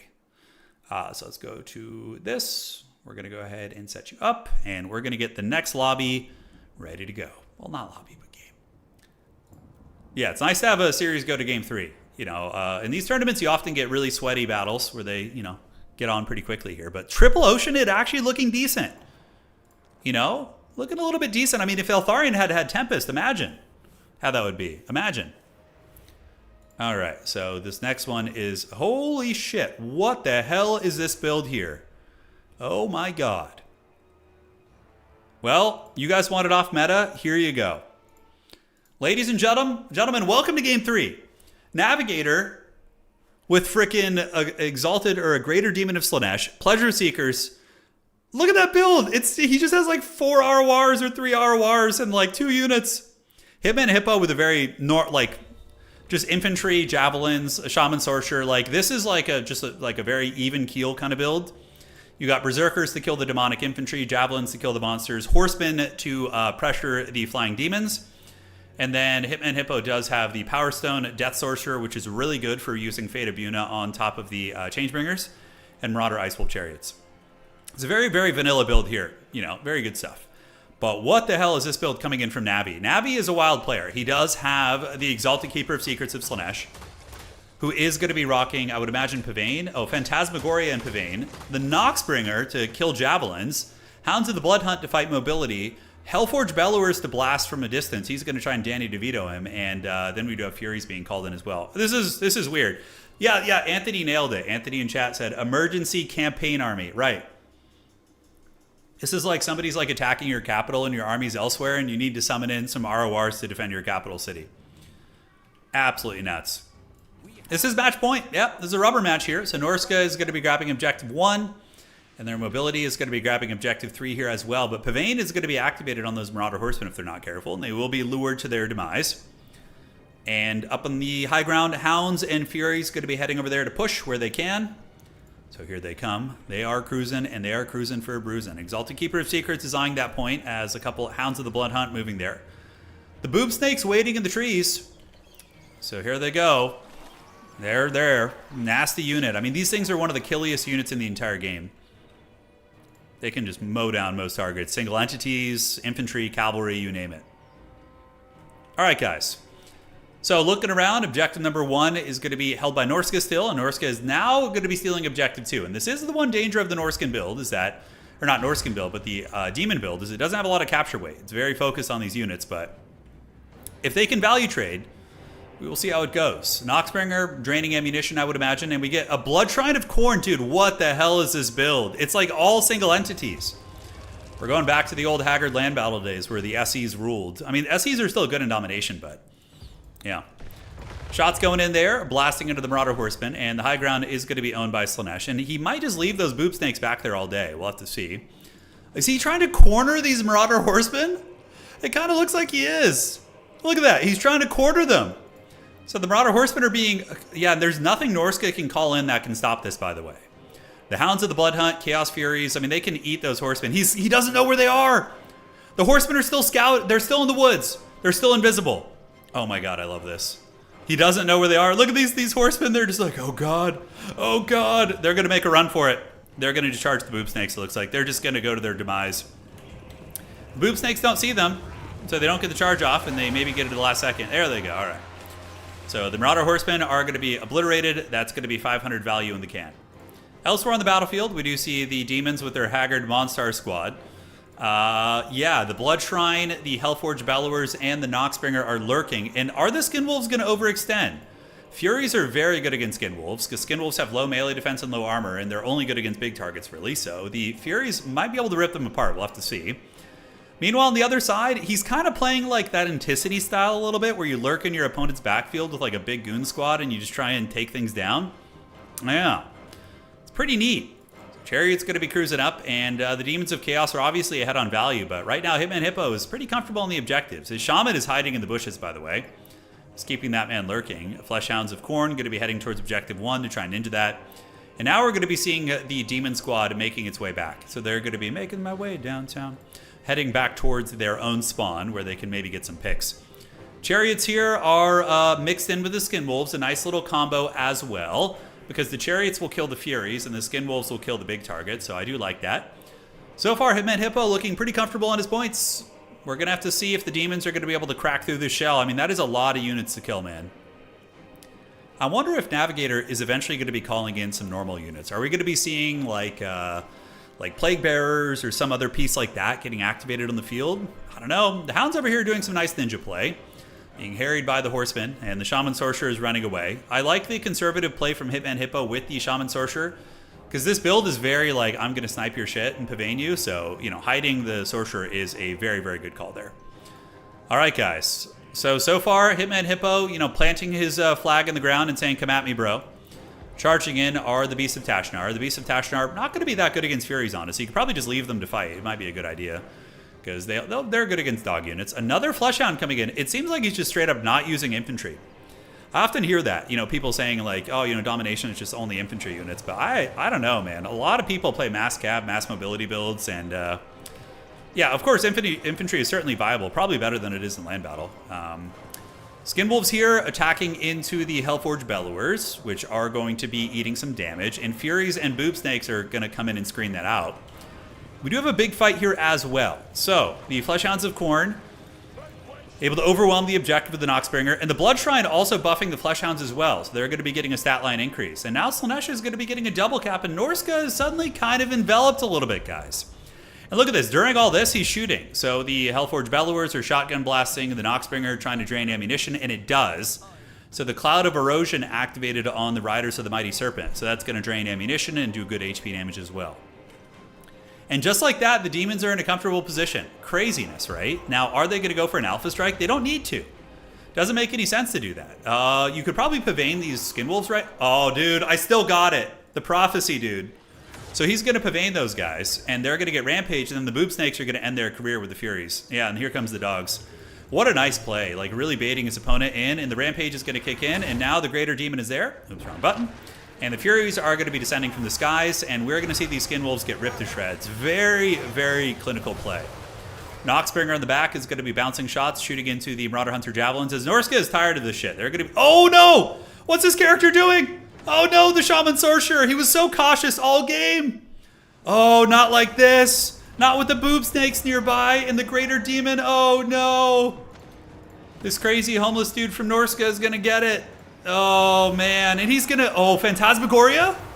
No way. That would be too good. Okay, it's not active. So Norska is committing everything to the fight to try and save the Hobo. And the Hobo is going to be using a freaking Buna. But the Boob Snakes, where do they go? Are they in the trees? We see the Blood Shrine, and we see the Pleasure Seekers waiting in the bushes.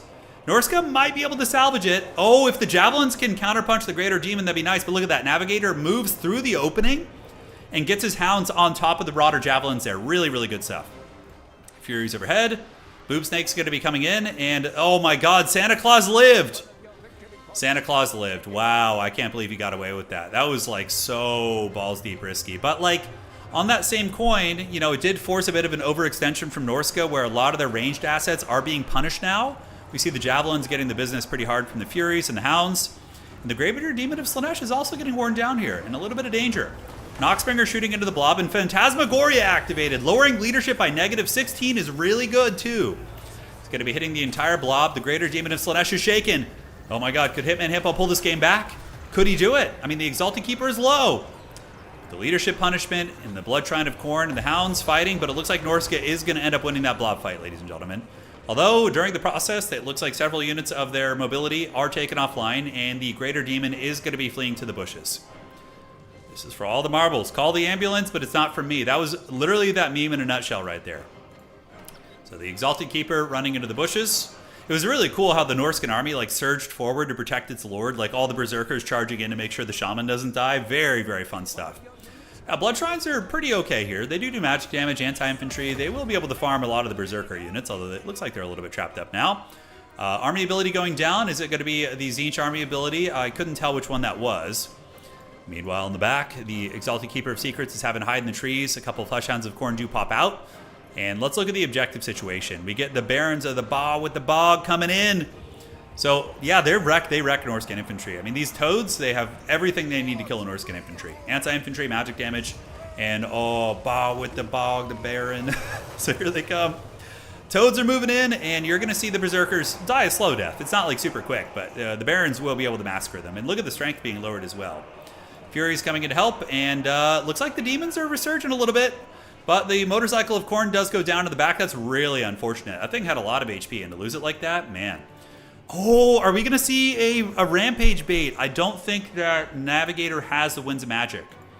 but we could potentially see a Pavane on the Sorcerer, and the Greater Demon could come in and finish the job. We're going to have to see. All right, so the Barons of the Bog killing the Berserkers. We still do have the Noxbringer very much alive, and some Fleshhounds, and also the Hellforged Bellowers. I mean, this is a razor close game, guys. Razor close. Is that a Pavane? Oh, Phantasmagoria. Oh, he missed! Oh, no! Navigator missed! He tried to use Phantasmagoria to lock down Santa Claus, but he got away! Oh, that would have been a game-changing play if he had just clicked a little bit closer to that hobo, man.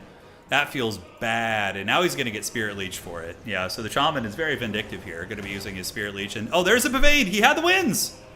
Okay, okay, is this going to work? He's got 1,000 HP, he's hunting Santa Claus. The 2 Marauder Ice Wolf Chariots are coming in. Santa Claus is rampage for 12 seconds.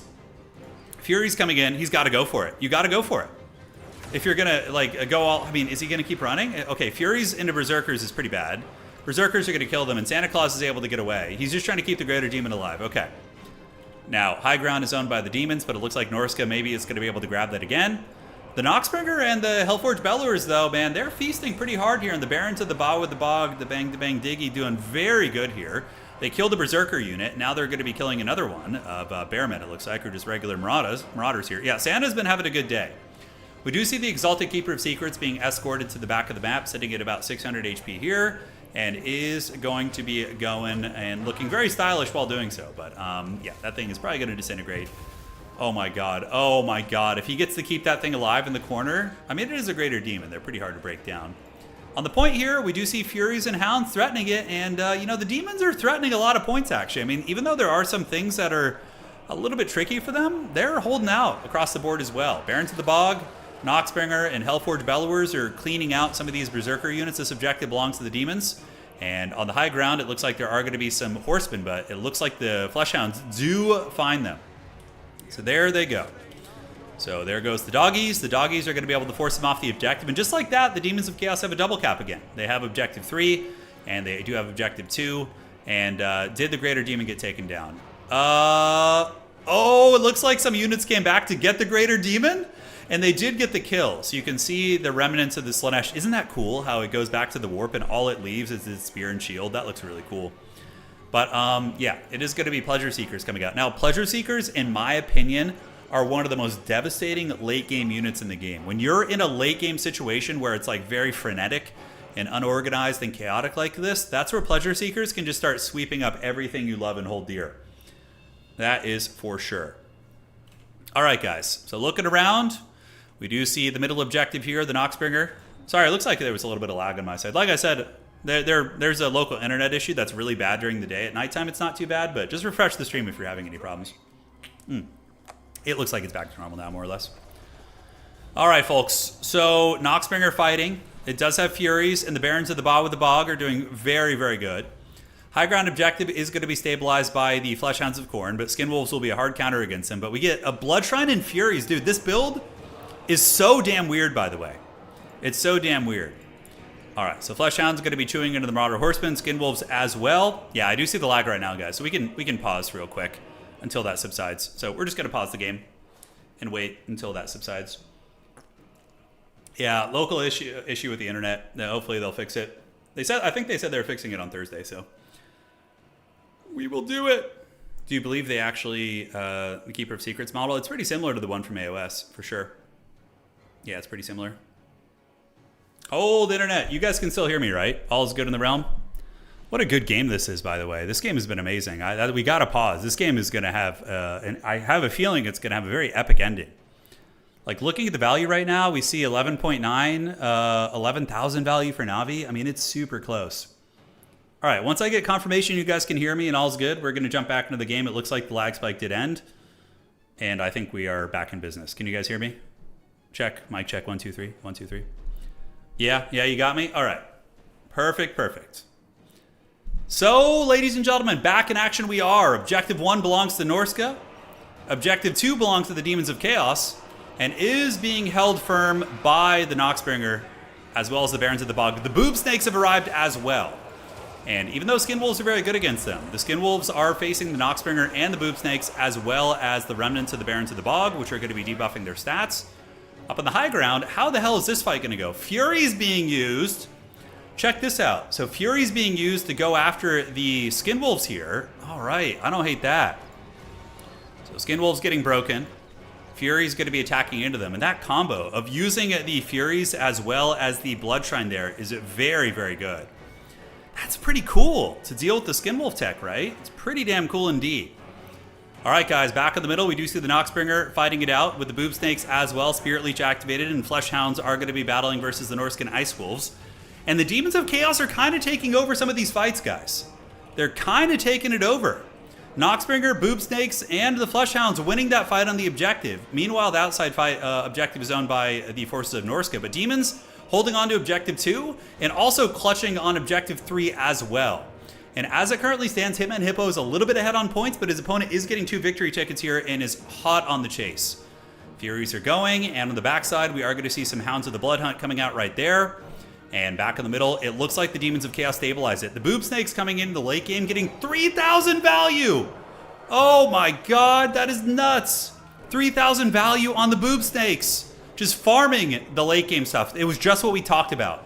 How Pleasure Seekers in the late game are incredibly devastating. Early on, when you have a full army, they're easy to snipe, but in late game situations like this, where it's very frenetic, everything's very crazy, it's hard to bring them down, but that Spirit Leech is very good, and the Beasts of Tashnar are going to try, but they are supported by Flesh Hounds here, and also the Noxbringer is going to be terror routing things.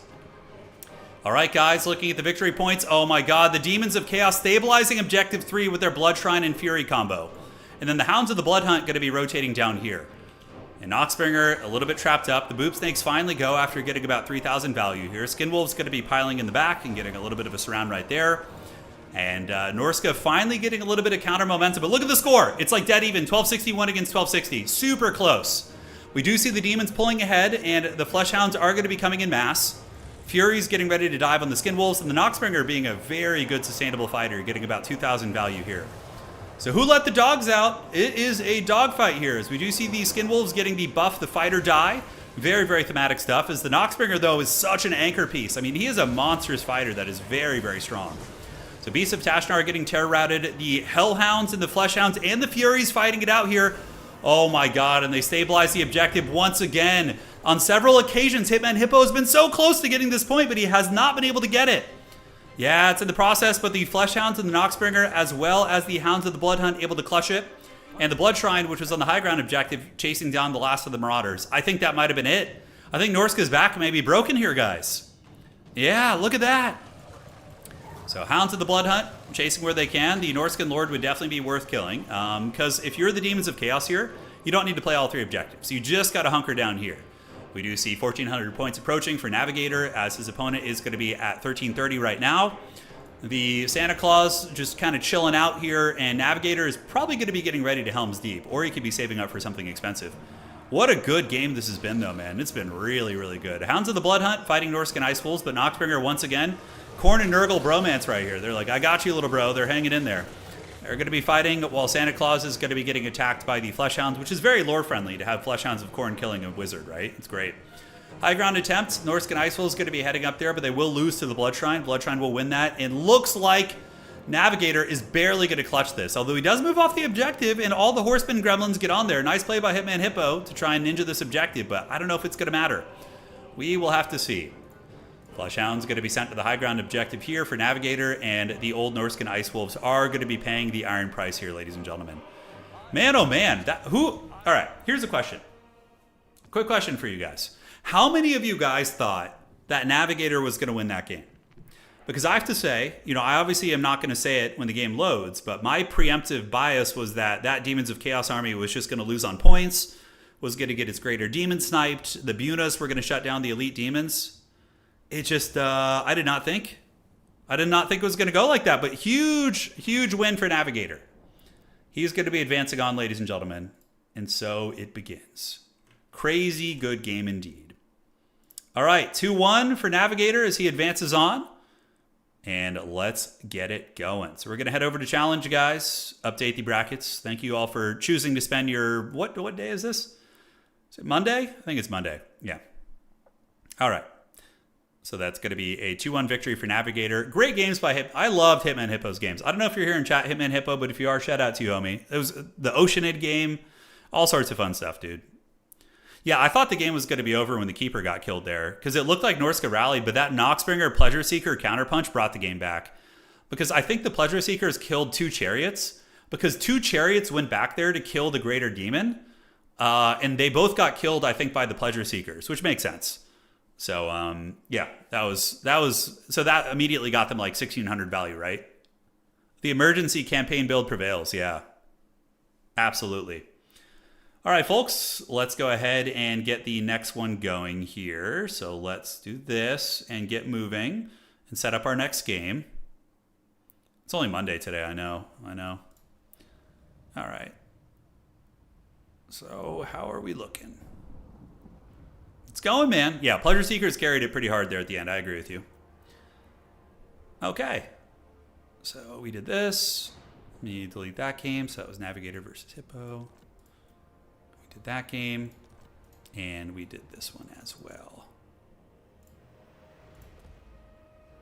All right. Yeah, we did that game already.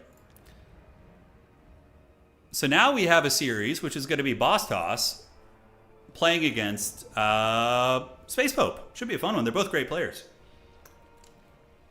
By the way, I think that Space Pope he's Australian, right? If he's Australian, that means that Space Pope started today's tournament at noon, which for an Australian is like, isn't that like freaking 3 a.m. or something? He started playing at like 3 or 4 a.m. and played like all the way through to like, or what time is that exactly? Yeah, I think he's Australian. I'm not sure. All right, guys, let me get the scorecards updated for this series here. So we are going to have this be a 0-0. And player number 1 is going to be Space Pope. And his opponent is going to be the Great Boss Toss. Boss of the Toss. Let me make sure that looks all right. Looks great. All right, guys. Australian noon. Okay, so I had the time off. Got it. No, I'm saying noon my time. So noon in California time would be what time in Australia? Because that's when the tournament started today. Yeah. All right, ladies and gentlemen, welcome to this best of 3 series between Space Pope and Boss Toss. Taking a look at the brackets real quick before we jump into the series. The winner of this is going to be playing Navigator in the semifinals, and then we have Enticity versus Chimbamboo on the top side of the bracket, which we will be getting to eventually as well. So today's tournament's a little bit different. It's not necessarily who wins this tournament overall. It's whoever makes it to the top 2.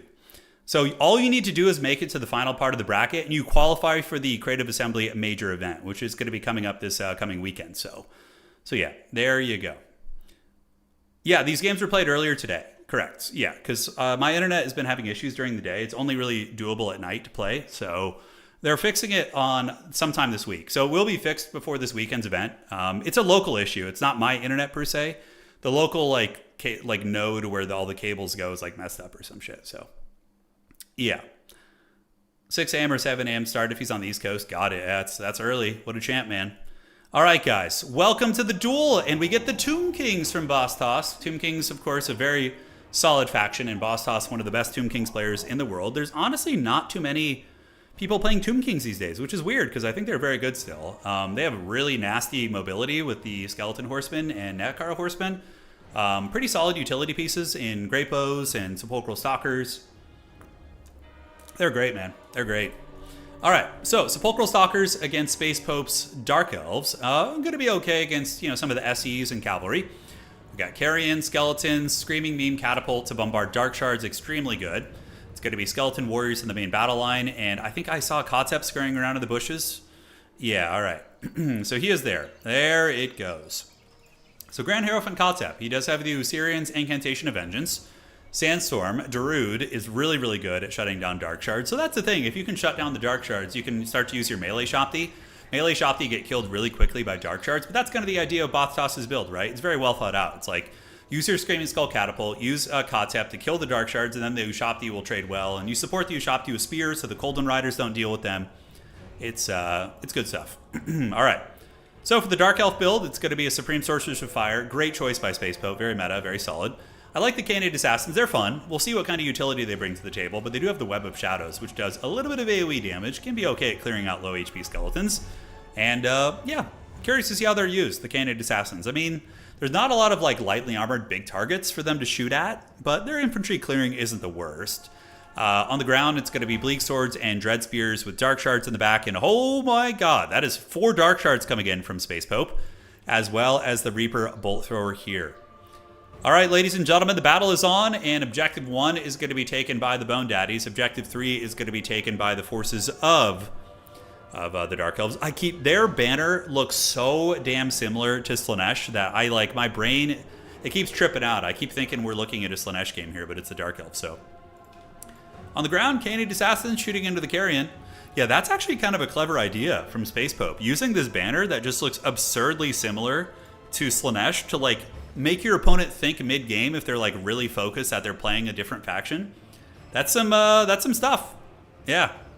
So Canid Assassins, they do have 3 capture weight apiece. So skeletons are expendable, therefore they only have 2 capture weight. So he is able to out-capture his opponent just with his characters. But the Sepulchral Stalkers are going to be coming in, which I think they're one of my favorite units on the roster. It's a shame, because in Tabletop, I play Tomb Kings in Tabletop too. They are probably the worst unit on the Tomb Kings roster in Tabletop. They are absolutely awful. And my wife painted up 6 really good-looking Sepulchral Stalkers, and I just never get to use them because they're so bad. It's not even, they're so bad that it's not even fun to use them. There's like bad units that are fun, but they're just so mediocre. It's always depressing. All right, Melee Shopti sitting back, and the Tomb King's going to be wrestling the objective here, while the Screaming Meme Catapult's going to be saturating in.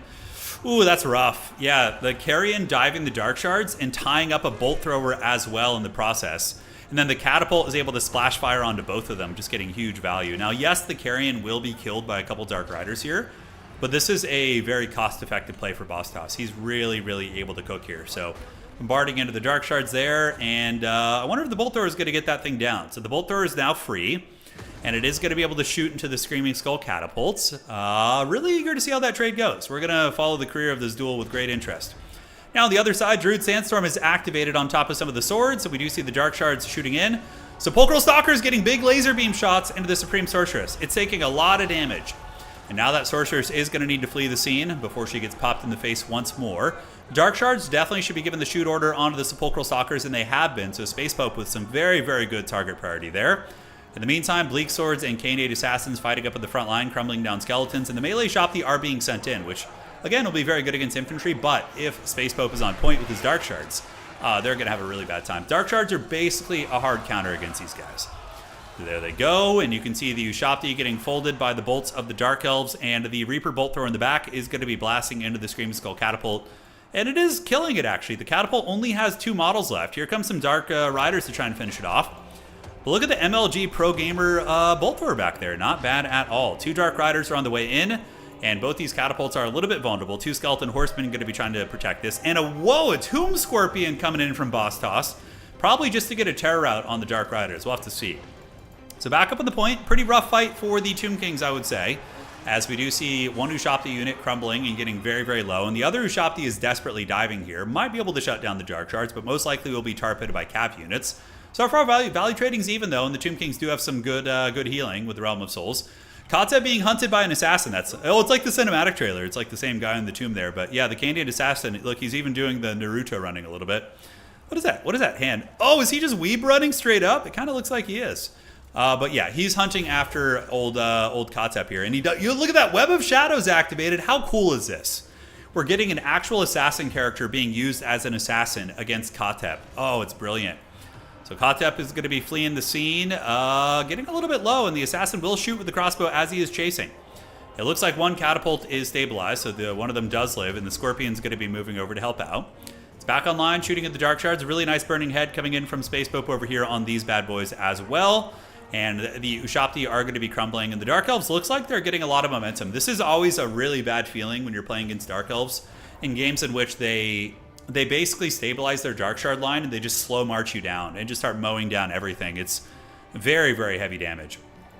All right, so Katep is alive for now. We do see the dreaded Tomb Scorpion, and this is like, if the Tomb Scorpion's going to be okay at anything, it should be killing a foot infantry character, so they're going to be duking it out right there.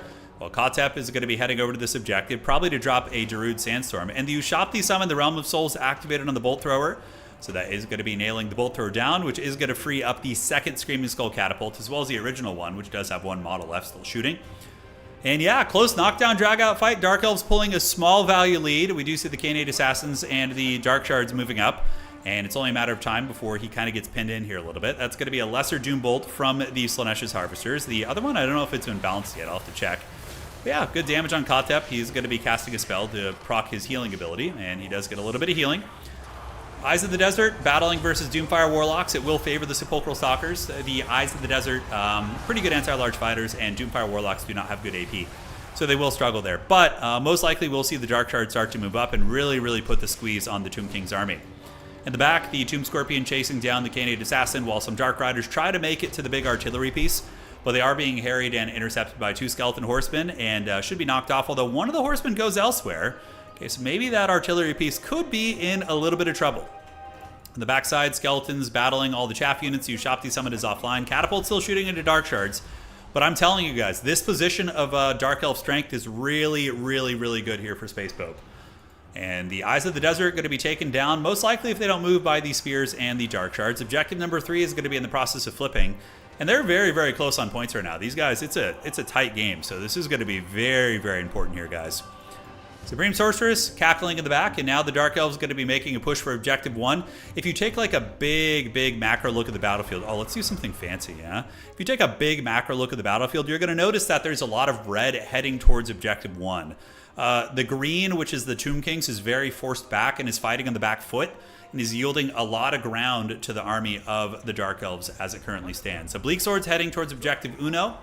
The catapult shooting into the Dark Shards here, and yeah, look at this. This is even more Dark Elf power that's going to be moving up once Space Pope notices, and they're going to be heading up towards Objective Uno right there. So Bleak Sword's fighting it out. Khanate Assassins are going, and in the back we do see the Dark Shard shooting into the Sepulchral Stalkers. And ladies and gentlemen, it's kind of looking like a little bit of trouble is on the horizon here for the Tomb Kings as they are forced onto the back foot by the evil Druki. I mean, the Dark Elves are definitely more evil than Tomb Kings, right? They've got to be. On the spectrum of evil. Dude, we use the bird's eye view. We're very fancy here now. Good Osirians, though. That's going to be doing some damage against these units, while more Skeletons going to be intercepting these. But the back objective is going to be captured, and you're going to start to see the victory tickets really flying in the favor here of the Dark Elves. Another Bolt Thrower being brought in, which is good against the Ushapti Great Bows, and yeah, Ushapti Great Bows are good in this matchup, but them being like called in at this point, it's not that it's a misplay per se, it's just that it's going to be hard because the Dark Shards are already corralling them in. The Catapults, though, still doing some nice counterplay here for Bastos, able to push back some Dark Shard units, but the Ushapti Great Bows being harried by the crossbows. Looks like some Skeleton Horsemen going to be making their way through, making my way downtown, and getting on top of those units there. The dreaded Tomb Scorpion is on the hunt. It's actually going after the enemy lord. Dark Elves do get a triple cap right now, guys. And that is going to be about, 810 points against 739. Yeah, no more points increasing here. Sepulchral Stalkers, really nice positioning there, protecting the Ushapti Great Bows and shooting into the Coldo Knights, and they can surge forward if they need to, but the Ushapti Great Bows having to run from baseline spears is not good. And look at that, the Weeaboo Assassin, the Naruto runner is here. He's chasing down your boy Kotep. Kotep has been perpetually running from the Assassins, which have been doing a very good stuff. So shooting in right there. The Bolt Thrower is sniping into him as well. Kotep eats a couple bolts to the face. Dark Elves have them triple cap. They're going to be broaching 1,000 points here, and I just think the Tomb Kings are cooked this game, guys.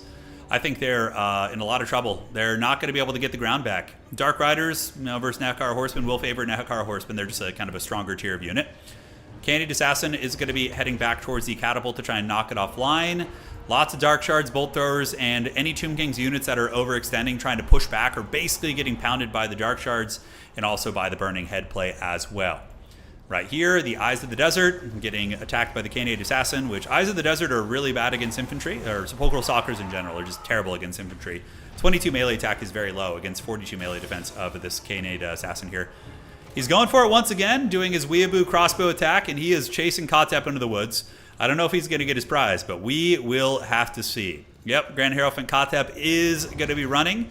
And it looks like Space Pope is going to be emerging victorious in game 1 here with a very cool Dark Shard build. This was a great game. Both players, like, super fun. Boss Toss bringing in, like, a Tomb Scorpion, and then we get to see double Khanate Assassins, like, actually acting as assassins, which is very cool. So shooting into the back of Grand Hierophant Kotep here.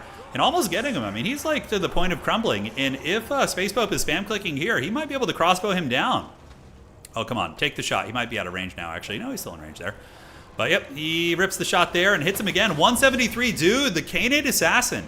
That's the Canid Assassin from the cinematic trailer that gets trapped in the tomb. He wanted revenge. He escaped, and he's taken his pound of bone, I guess, from the Tomb Kings there. Yeah, the Assassin side plot was great, and he got the job done, guys. The Assassin took down Kotep. It only took, you know, how many games? 11, 12 minutes, but he got the job done. Oh, that burning head is going to be juicy, depending on how it goes. Oh, yeah, that's pretty good. Yep, that's a oh my god, just one-shots the skeletons and even gets the other ones as well. That is icing on the cake. All right, guys, probably going to see a tap out from Boss Toss here, as Space Pope is going to be claiming victory in Game 1. A very sweaty Game 1, mind you, but yeah, this is best of 3, so there's, you know, more games to be played in the series. If Space Pope wins the next game after this, then of course he'll be advancing on to the big Papa finals and whatnot. So pretty cool stuff. All right, I don't see any comeback modality for the Tomb Kings here. I mean, we have a Tomb Scorpion, Kotep is dead. Everything's going to be crumbling and paying the Troll Toll. 1,400 points coming in. Boss Toss most likely will tap out here. Cold of the Knights being called in will hard counter all this mobility. We see Dark Riders and the Lord for the Dark Elves still very much alive. Just going to be running away from these units here as the Tomb Scorpion sadly marches out onto the map.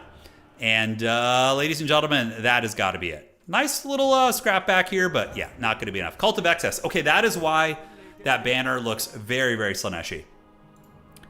So the Pope has got it. The Pride of Australia. He has gotten victory here in Game 1 against Boss Toss in this best of 3 series.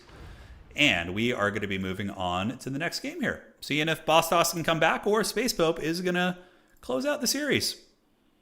All right. Yes, so taking a look at the brackets right now, if we jump on over. Enticity is on the top side. So he's playing against Chimbamboo in the semifinals to see who is going to be getting the qualified spot. And then, of course, we have Navigator waiting for the winner of this series as well. All right, all right. Oh, we have Space Pope in chat. He's like, I had no idea I killed the enemy lord. I just thought Boss Toss had just hidden him during the forest. Oh, that's so funny. You didn't even know? It was like, what? It was like our most exciting moment. And you're like, I didn't even know what happened. Oh, by the way, hold on. Value, 1,200 and 900 value on the Canid Assassins. Supreme Sorcerers did good. Dark Shards also did very good as well. Yeah, good value on most of them. Not all of them, but most of them. Kotep, 1,400, who shot these. The melee shot these got wrecked. The catapults did, you know, decent at shutting down Dark Shards, but eventually got compromised. So, all right. So let's go get the next game going, guys. Thank you for joining. And let's find the next match. So there we go. All right. Just reading to make sure I am casting the right game. Here we have it. All right, guys, fasten your seatbelts and get ready for. Wow, this is something. Yeah. So this matchup is basically a hard counter. In my anecdotal experience, the assassins are like really cheap. I think they're like 700 or 800 if you just bring that one item. They're not expensive. So Wood Elves are basically a hard counter against Demons of Chaos. And let me explain why. 750 with the Webs of Shadow item. Thank you. So you can see here, Deepwood Scouts with Swift Shiver Shards do magic damage and hit like trucks. So if they're shooting lightly armored demons that are weak to magic damage, it is really brutal. You got Glade Guard. You do also have a High Mage with Tempest and Apotheosis to shut down Demonic Air Force. A couple of Firebark Elders and Treekin to hold the point. And then we have Glade Riders with the Hagbane Tips with magic damage. So I've seen this matchup played like maybe in the past couple years like 10, 15 times, and I would say it's like a 90% win rate for the Wood Elves. So, I mean, Space Pope is one of the best Demons of Chaos players in the world. He's very good at them. So if anybody can figure out a way to get around this cursed matchup, it's probably him. Let's find out. So we got 2 Fleshhounds? No, Fleshhound and a Seeker. We do also have a Herald of Slanesh with Shadow, so it's going to be Melkoth spam, and the rest of the army is going to be a Bloodletter rush with an ambush in the woods of 2 Fleshhounds. So Homie is going to be moving up with Bloodletters and just trying to stuff his opponent. Yeah, that's what's going to be going down here, guys. We will have to see. All right, so retreating back are the Hounds of the Blood Hunt, while Boss Toss is going to be hunkering down on Objective 3. And 2 points going to the Demons of Chaos for now. Bloodletters are surging forward. They're not really going to be good against much here, Bloodletters would obviously beat Wood Elf Infantry, and they'll do okay against the Firebark Elders with some AP. Slaanesh Lord bouncing back and forth and trying to dodge these arrows and dropping a little Melkoth's action on the Glade Riders here. In the meantime, the doggies are lurking. We do have the Hounds of the Blood Hunt waiting, but they're not going to be able to catch these. And the Herald of Slaanesh is going to be losing like 10% of their HP because of a microlapse, which is pretty painful. But here comes the Bloodletters and the Fleshhounds. I guess it's going to be an all-in. This is basically an all-in here. This is like when you play tabletop and you play Blood Angels. It's like, you know, there's that one turn when you deep strike everything and just all in, and it's like you either clobber them or you just get, you know, defeated on the charge, and then you just get, you know, things don't work out well. All right, guys, Bloodletters are moving. We do see the Hounds around the back. Obviously, they're going to be engaging versus the Glade Riders. Head-to-head, I think a Hound wins, but with all the archer support nearby, it's a little bit sketchy. Chaos Furies of Khorne jumping in, and here comes the Alpha Strike. It is indeed going to be an Alpha Strike. He didn't even get the back objective. That's how serious he is about this push. All right, so Fury's landing on top and getting a decent little engagement, honestly. We do see the Seekers of Slaanesh moving into the Deepwood Scouts and doing a lot of damage. Tempest activated, which even though they're on the ground, it still will do good damage because they're flying units. And Bloodletters are coming from all directions. Meanwhile, on the outside here, Furies and Blood Doggies are able to chew up some of the Glade Riders. And the value is reasonably close. We are going to see a Fury summon coming in from the Herald of Slaanesh, which is going to be a really, really nice tool for diving some of the archers. And the Seekers do get a good envelop, and some of the Deepwood Scouts do kind of get folded up here a little bit, guys. This is very, very interesting. All right. So Bloodletters are hot in pursuit, but Wild Riders are also a good counter against Bloodletters. Bloodletters only have 26 melee defense, so getting charged by Shock Cavalry is very, very painful for them. But nonetheless, they're going to be moving forward while we do have some Fiends of Slaanesh circumventing the position and getting ready to charge from the archers where they can. Fury's diving, but Bostos is getting a lot of kills. We do see Seekers going down. That's a 1,000 gold unit. Fiends are going to be heavily targeted by the Swift Shiver Shards. Ooh, that's going to be some damage. And they do start to bleed quite a bit. All right, so Fiends are going to be diving into the backfield. The Wood Elves going to be tar pitting probably with chaff units and then just trying to kite them and pick them apart. And during all that, one of the problems is with all-in dives like that, you really want to make sure you at least capture your back objective, so then maybe you can win on points if things go well for you. But yeah, tricky, man. Fiends of Slaanesh diving into the backfield, and we do see some more doggies coming in. But this looks like basically like not like every game of this matchup I've seen, but yeah, those 1,300 gold Fiends just getting annihilated in the forest. You're fighting the Wood Elves in their natural habitat, and the Deepwood Scouts are able to rip apart the demons. So they are going to be taken to Pound Town, and ladies and gentlemen, I just don't see any way he wins this, especially considering he didn't get the side objective. Not that it's like a game-losing play per se, but I mean, it could be. But yeah, like the demons are just going to get overextended, picked apart, and then the Wood Elves are just going to push back, and the demons are basically going to be tabled out. We do also see the Herald of Shadows a little bit trapped up in the Treekin, taking some HP damage, and the Firebark Elders and some Glade Riders able to hold on to the point right there. Over in the outside, Glade Riders attacking in, and the Bloodletters, they're actually getting a good trade here. So these Bloodletters, sure, they're anti-infantry, but they will be able to defeat Skirmish Cavalry, and they really do chop through these guys, claiming some skulls for Khorne right there, so that ain't bad at all. A lot of Deepwood Scouts just getting tons of fire, and these guys are why the matchup is bad. Deepwood Scouts are so damn good against Demons of Chaos. They just put in a ton of heavy lifting, and look at this. This is just desperation at this point. I think Pope knows he's really far behind. Maybe going for a snipe back here, but the Herald of Slaanesh is going to be next up on the menu. Charging into the Fleshhounds, getting a nice engagement there. A couple of the Bloodletters moving back as well. Fury still diving, and I would imagine Bostos is going to be saving up for a Cav call-in, as the demons are just all up. They're straight up in his spawn right now. And, you know, I respect the grind here. Getting in there with the Herald of Slaanesh, just going after that Spellweaver of Shadows, that ain't bad at all. Ooh, man, even just a couple arrows. It's so squishy. 15 armor, 600 HP. With that Herald going in the trash can, man, it's going to be disintegrating here in a moment, and there it goes. The demons are running out of steam. A couple doggies getting into the backfield doing good work, but several of those archers are online. Firebark Elders just kind of cackling here, holding down the objective, and that is going to be a very dominant victory for Bostos in Game 2. And again, a really nice attempt and experiment by Space Pope, but that matchup is straight up cursed. Maybe he had some success. Space Pope, are you in chat? How did you end up in that matchup? Because I feel like that matchup is almost unwinnable. It's very, very hard. I don't even know how to go about that. Maybe like some Soul Grinder cheese can do something, but I don't know. Ludovic, if you just joined our Discord, yeah, we'll get you involved in the tournaments, man. If we have any mods in chat that could drop a Discord link, that'd be great. Okay, Space Pope in chat says, to be perfectly honest, I don't think this matchup is as bad as most people think. I know it isn't great.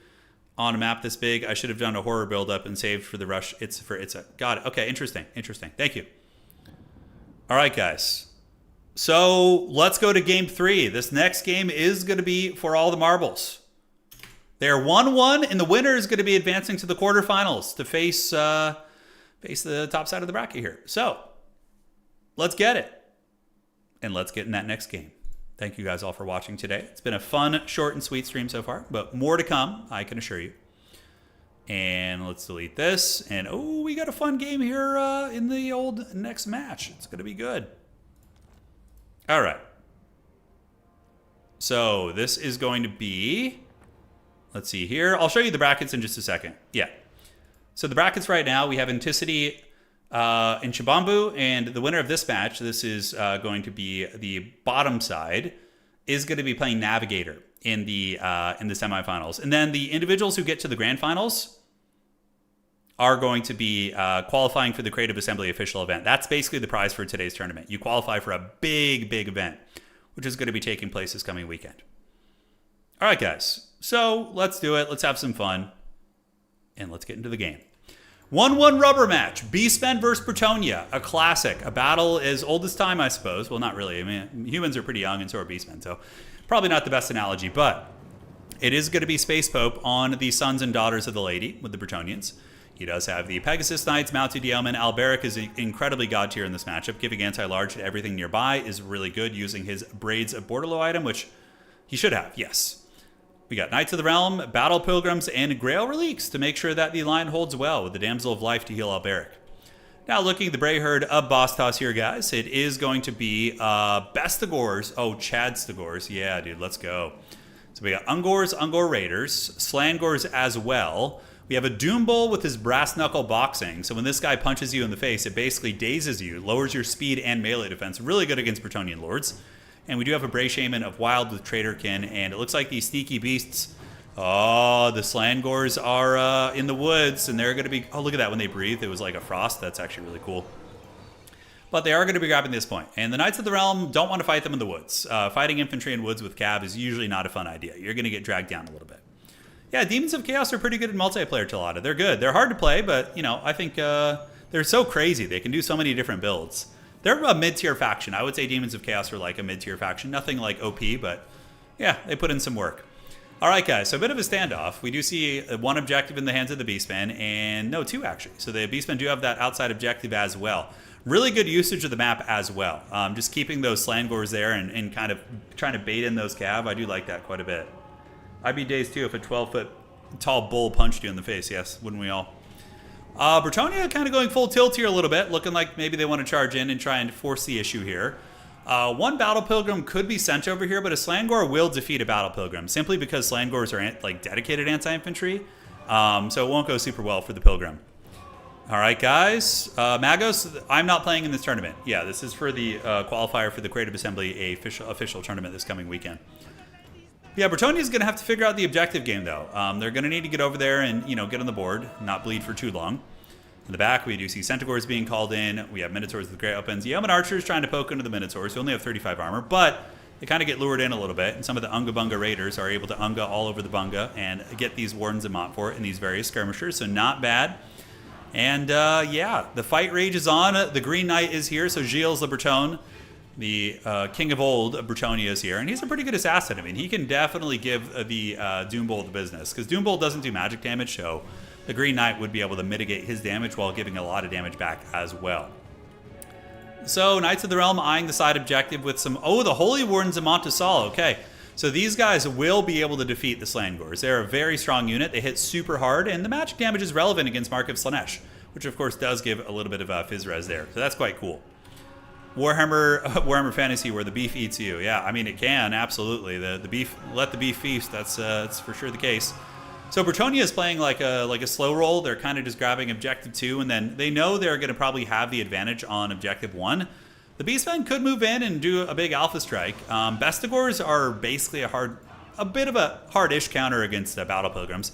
If you look at Battle Pilgrim stats, they have very low AP values. 28 base damage is normal damage, and then 7 of it is armor piercing. So the Bestigor's 95 armor just does not care about Battle Pilgrims. It just holds in there all freaking day. Hey, Chief Air Officer, thank you for resubscribing, man. So on this side, the objective is being recaptured. Oh, should have stayed a little bit longer there. That would have been nice to just flip the objective, but not the end of the world. And it looks like we might have a pit fight going in. The Green Knight attacking into the Bestigors is not a bad idea. And we do get some Knights of the Realm saturating into the flank, getting a good charge into the Butchers of Kalkengard, but it's going to end very badly for them when the Minotaurs countercharge. So the other Minotaur Grey Weapons come in, and you're going to see several of these Knights getting taken to Pound Town. Yep, 2 of them do go down right there, and those Knights are going to be forced into a full retreat. But now Bretonnia with the counter to the countercharge, calling in the Pegasus Knights and Alberic, and we have a big old epic fight here as the Knights of Bretonnia engage versus the Minotaurs and the Butchers of Kalkengard. So we're going to have to see how this fight goes. Let's go ahead and take a look at the HPs. Those Knights of the Realm got hammered, and the Butchers of Kalkengard losing a lot of HP. Ooh, Trident there is really good. Nice. Is Bostos going to dodge it? He kind of does, but that was still really, really good value, getting a lot of the Unga Bunga spears down. In the meantime, Yeoman and Yeoman fighting the Razorgors and Centaurs on the flank. And the pit fight is a close fight. The Butchers of Kalkengard get worn down. Pegasus Knights, though, are now starting to get poked by the Slangors and just taking some side damage, which is going to be adding up. And the Bretonians charging in with more Knights of the Realm, and it is just a big old mobility fight here. Who's going to emerge victorious? I can't help but think the Beastman army might be a little bit more sustainable with the infantry presence they have underneath the fight. Alberic is being afflicted by Traderkin, which isn't going to do much damage against him, but he is being attacked by the Doom Bull and the Butchers of Kalkengard, and it does look like the Beastmen are able to win that fight, which makes sense. You have a Knight of the Realm and a Pegasus Knight, which are facing off against a freaking one of the best RORs in the game with the Butchers of Kalkengard and Minotaurs with Great Weapons. That's very, very tough.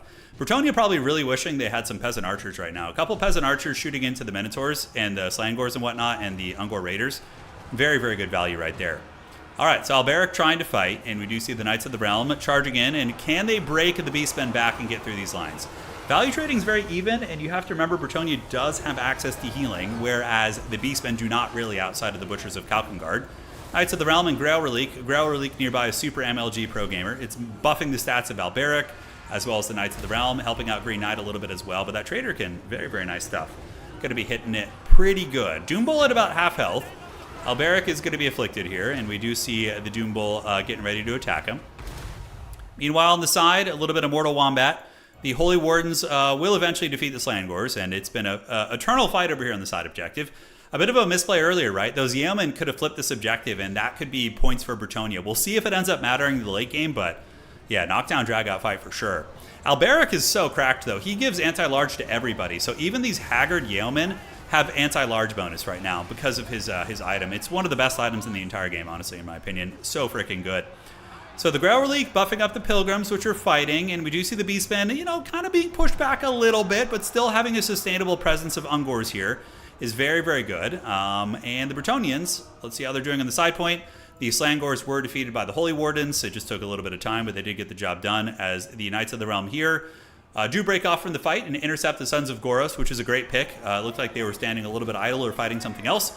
But the Knights of the Realm should be able to break the Sons of Goros. So that anti-large bonus will kick in, and they are going to be broken relatively soon. So back up in the fight, what do we got? High ground owned by Beastmen, middle is owned by the Bretonians, and the Beastmen still own this objective here, which is very, very rough that it's still in their cards. Oh my god, he might send the Butchers of Kalkengard over here as well. Oh, that's such a good play. If the Beastmen can, even if they lose on the middle, okay, if they can still gremlin the objectives, they could punish Spaceboat for that mistake of not capturing the objective earlier. We'll see. And the Slangors coming back. The Holy Wardens, sure, did well against the Slangors, but now they're going to be attacked on two fronts. And that's what's really cool about domination mode. Like, these little microcosms of engagements can just be such a colossal game changer because of the nature of the objectives and whatnot. So yes, those Wardens get taken, and the Beastmen stabilize the objective. Oh boy, that is big. That is very big. Alberic also getting a little bit low, being afflicted by yet another Traderkin. He does use Flesh to Stone to make himself a little bit tankier against the other things. And Pegasus Knights being thrown into a fight versus the Axors, it looks like? Yeah, it looks like it. Doom Bull is also very low. This is a knockdown, drag-out fight. Both sides are getting very, very tattered, and look how even the value is. Beastmen are a little bit ahead on value, but you have to remember the healing is big. Yep, Beastmen stabilize that objective. The Butchers of Kalkengard and the Slangor is able to really feast over there. And on the middle, the Battle Pilgrims and Alberic trying to break some of these Unga Bunga spears, but not having the most success. The Ungor Spearmen are, holding firm because they're just fighting light cavalry. I mean, of course, the monster, Alberic, will be able to terror rout them soon-ish, but it's still going to take some time. Gilles Le Breton hunting down the enemy mage is a great choice. Really nice play here by the Pope. Taking down the Bray Shaman would be a huge pick. Granted, he's probably already blown most of his load and used most of his magic there, but that's essentially a good call. We'll have to see. On the back point, Doombull is just fighting and dragging down those Pegasus Knights that were they overextended, or are they going to get their job done? The Doombull is getting low, only 800 HP, and the Pegasus Knights are spam clicking on Doombull, and Beastmen are not a high leadership faction. They have a lot of cheap chaff, so being able to pop them down would be nice. So we do see Yeoman and Yeoman coming in. So 2 Yeoman units. Man, okay, this is risky. Alberic does not have regen, but there is a life caster on the field. So Yeoman might lose this to these Butchers. I mean, the Butchers of Kalkengard are just unholy raid bosses. They're so hard to kill. They have 56 melee defense. So even though the Yeomen are going after them, this might just be feeding the Beastmen value, which is pretty unfortunate. And it looks like there's an AFK unit in the back, some mounted Yeomen, so a little bit of a lapse right there. All right, Knights of the Realm feasting, and on the middle objective, Alberic is alive, but Alberic's being hunted. Nice pursuit by Boss Toss. He is hunting with the Centaur throwing axes, using those armor-piercing throwing axes to try and drag down Alberic. Chef's kiss. Very, very... These guys are both playing just super, super well.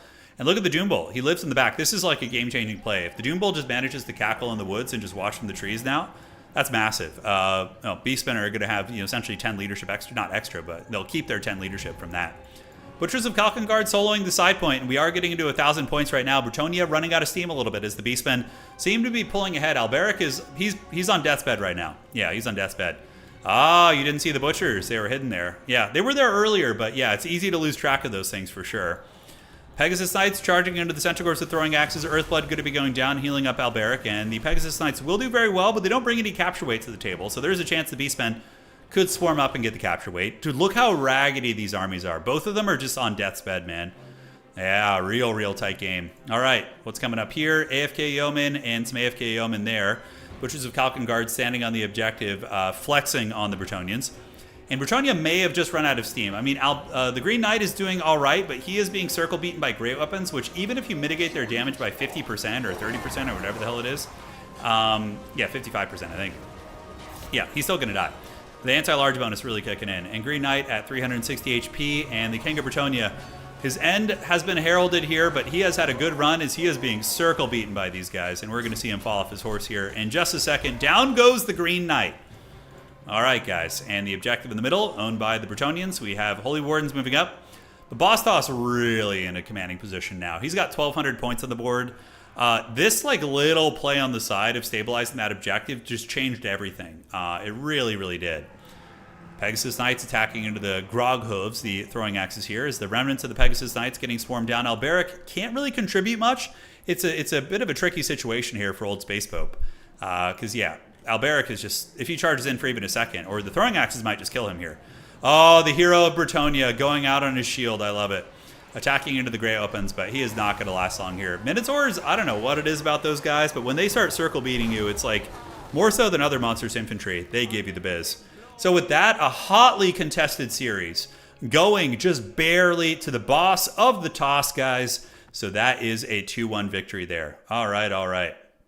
GG, well to the played. So boss toss with the 2-1 victory. And now we are going to go update the brackets. And I want to thank you guys all so much for joining tonight. It's been very fun so far. And hopefully you guys don't mind the format. You know, it's obviously not all live here, but the games are going to be less laggy and faster back-to-back games, which is good. Hey, well played, man. Well played, Pope. You did great, man. You did really good. All right. So let's go ahead and update this. We're going to head over to the challenge bracket, and we will do the Space Pope 1 and Boss Toss with the 2. All right. So now we have 2 more matches tonight. The grand finals is going to be played on another day, if at all. They don't have to finish it necessarily because it's just a qualifier. If they want to, they can and get the tournament win. But we do have Enticity versus Chimbamboo and Navigator versus Boss Toss. Each winner is going to be earning a spot in the upcoming major event this weekend, which is going to be huge. Creative Assembly is putting on a whole hog event. It's going to be very thick. It's going to be down with the thickness. All right, guys. Let's get it. Oh yeah, more games today, man. We're just getting cooking here. We are just getting cooking. It explains how we're going so fast. Yeah. The replays are nice for sure. Yeah. Indeed. Especially since I'm having lag problems right now with my internet a little bit until they fix it. Yeah, yeah, this is like nice because it's not like making the experience haggard for the players. All right, so let me get this set up here. Let's do that, and we're gonna go and get the next game cooking. All right. Let's do this, and right on. So let me just check. Got to make sure I have all the replays here, and we're gonna do that. Okay. Great. Think I got them all. Yeah, I think like the major tournaments live brings a lot of energy, but for these this is still a big event, but it's like, you know, yeah, it's getting it done. No peer-to-peer trolling, yeah, it's always fun. All right, guys, it is time. Warriors of Chaos might be the strongest faction in the game right now. We're seeing them picked a lot. Getting access to the freaking all the Norskin units. I don't think Bearmen should be on Warriors of Chaos. I really think CA should change that. Hey Cameron, thank you for the 20 bucks. Hello, I'm a huge fan of your streams, and I was wondering if you had any tips for someone looking into becoming a caster. Oh, dude, I mean, yeah, all right. So we could talk about this a little bit over a nice, comfy campfire.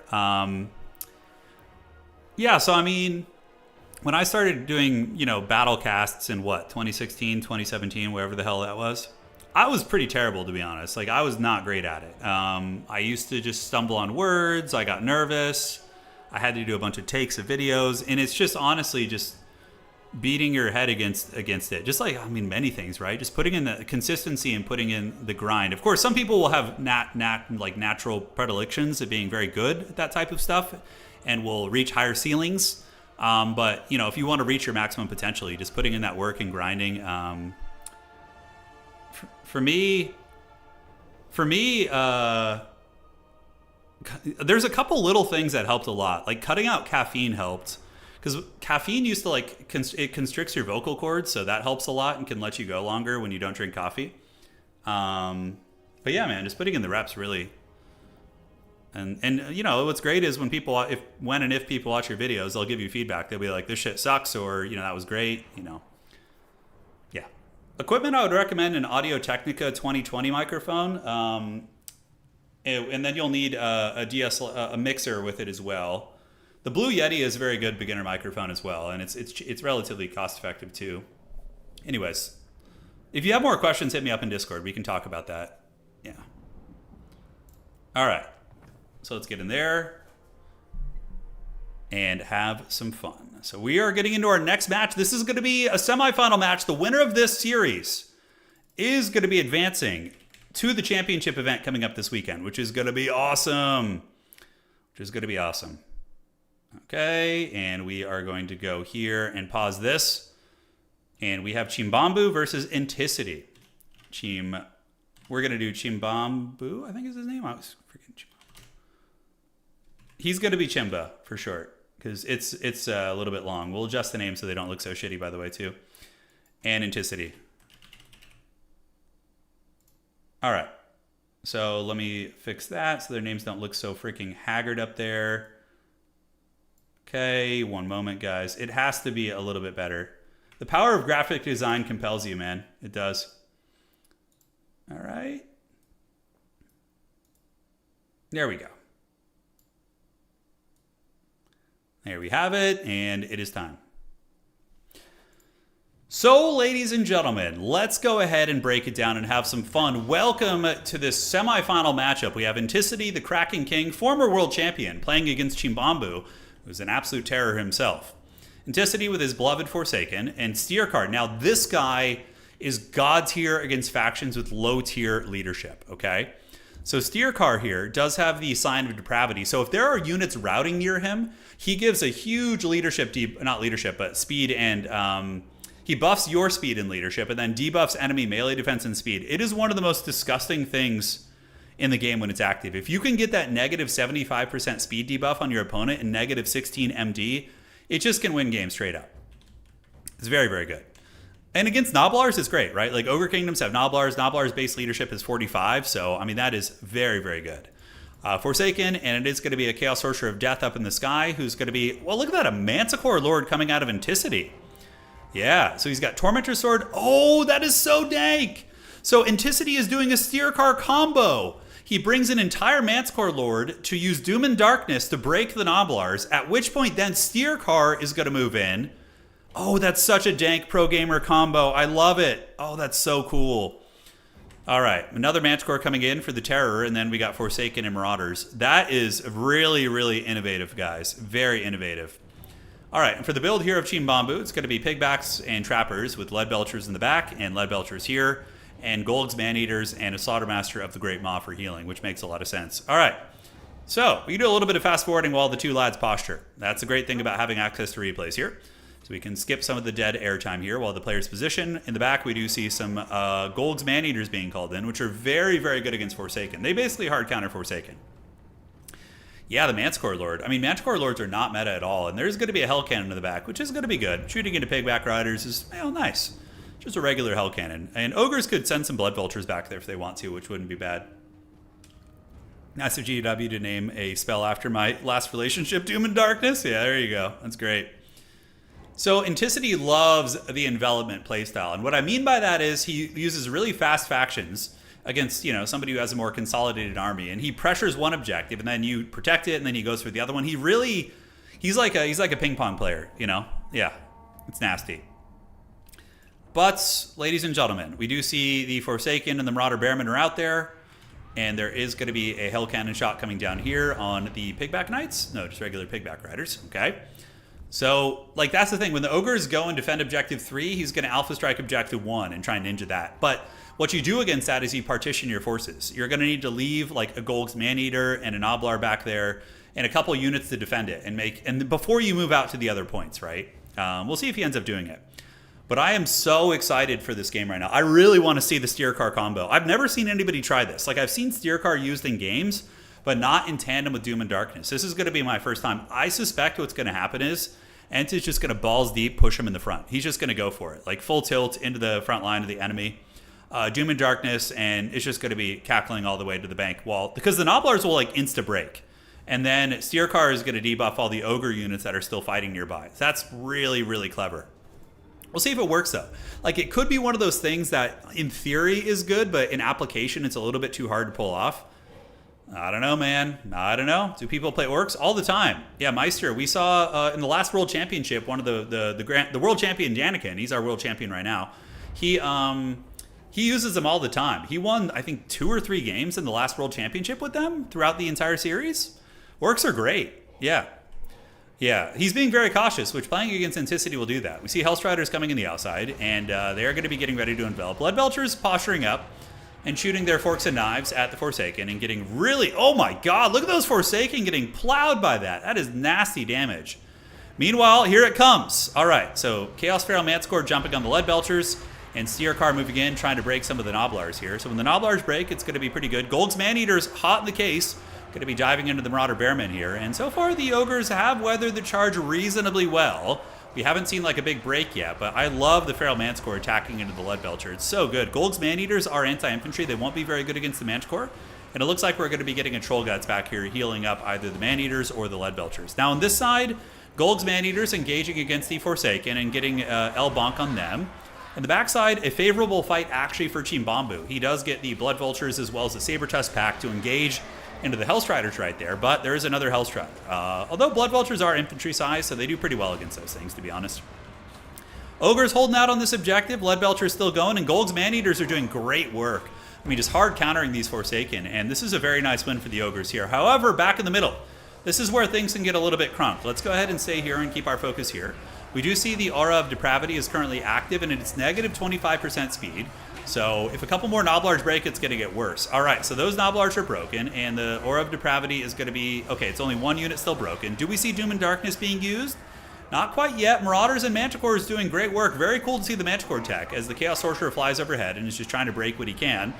Marauder Bearmen moving in. Pigback Rider's going to have a bad-ish time as the Chaos Feral Manticore continues locking down the Lead Belcher, but it looks like finally the Lead Belchers might be free as they do manage to weasel out of the position. And the Manticore is getting beaten down here. On this side, of a victory for Ogres, for sure. I mean, they did take a couple losses here and there, but they kept the Lead Belchers online. The Hellstriders were mostly diminished. And now we're going to rotate back to the middle, where the fight is looking a little bit better for Enticity all of a sudden. Okay. Steercar is a very good fighter, and the Chaos Sorcerer of Death is also nearby. We have several monsters isolating a Slaughtermaster. He could be in a little bit of trouble here, as the Chaos Sorcerer is going to be digging in and going after the Lead Belchers here, while the Hell Cannon continues to generate progressive value. And that Hell Cannon over the course of a long game could take down, you know, a pretty elite unit and do some nice work. All right, Forsaken getting on top of the Lead Belchers, but getting instantly broken. And this could be a game-losing play potentially. Is Steercar active? No. So Steercar's buff is not doing anything right now, but Chimbamboo here, getting his Lord surrounded in the trees. He does have Golg's Man-Eaters, which are fairly elite, but not really good against huge targets. They're decent, but they're more anti-infantry. Doom and Darkness activated. Okay. Oh, he gets a Terror Route on the Slaughtermaster, so the Doom and Darkness play. Very, very fun to see, like, not meta, you know, Buna or Spirit Leech. It's very fun. He does break the Slaughtermaster, but the Slaughtermaster is able to escape there, and Enticity is not able to get through. He's trying to push. He does manage to escape, and the Chaos Lord and the Manticore is charging, so he is on the hunt. And he does get to the Slaughtermaster right there. It looked like he got killed, but he just got knocked over.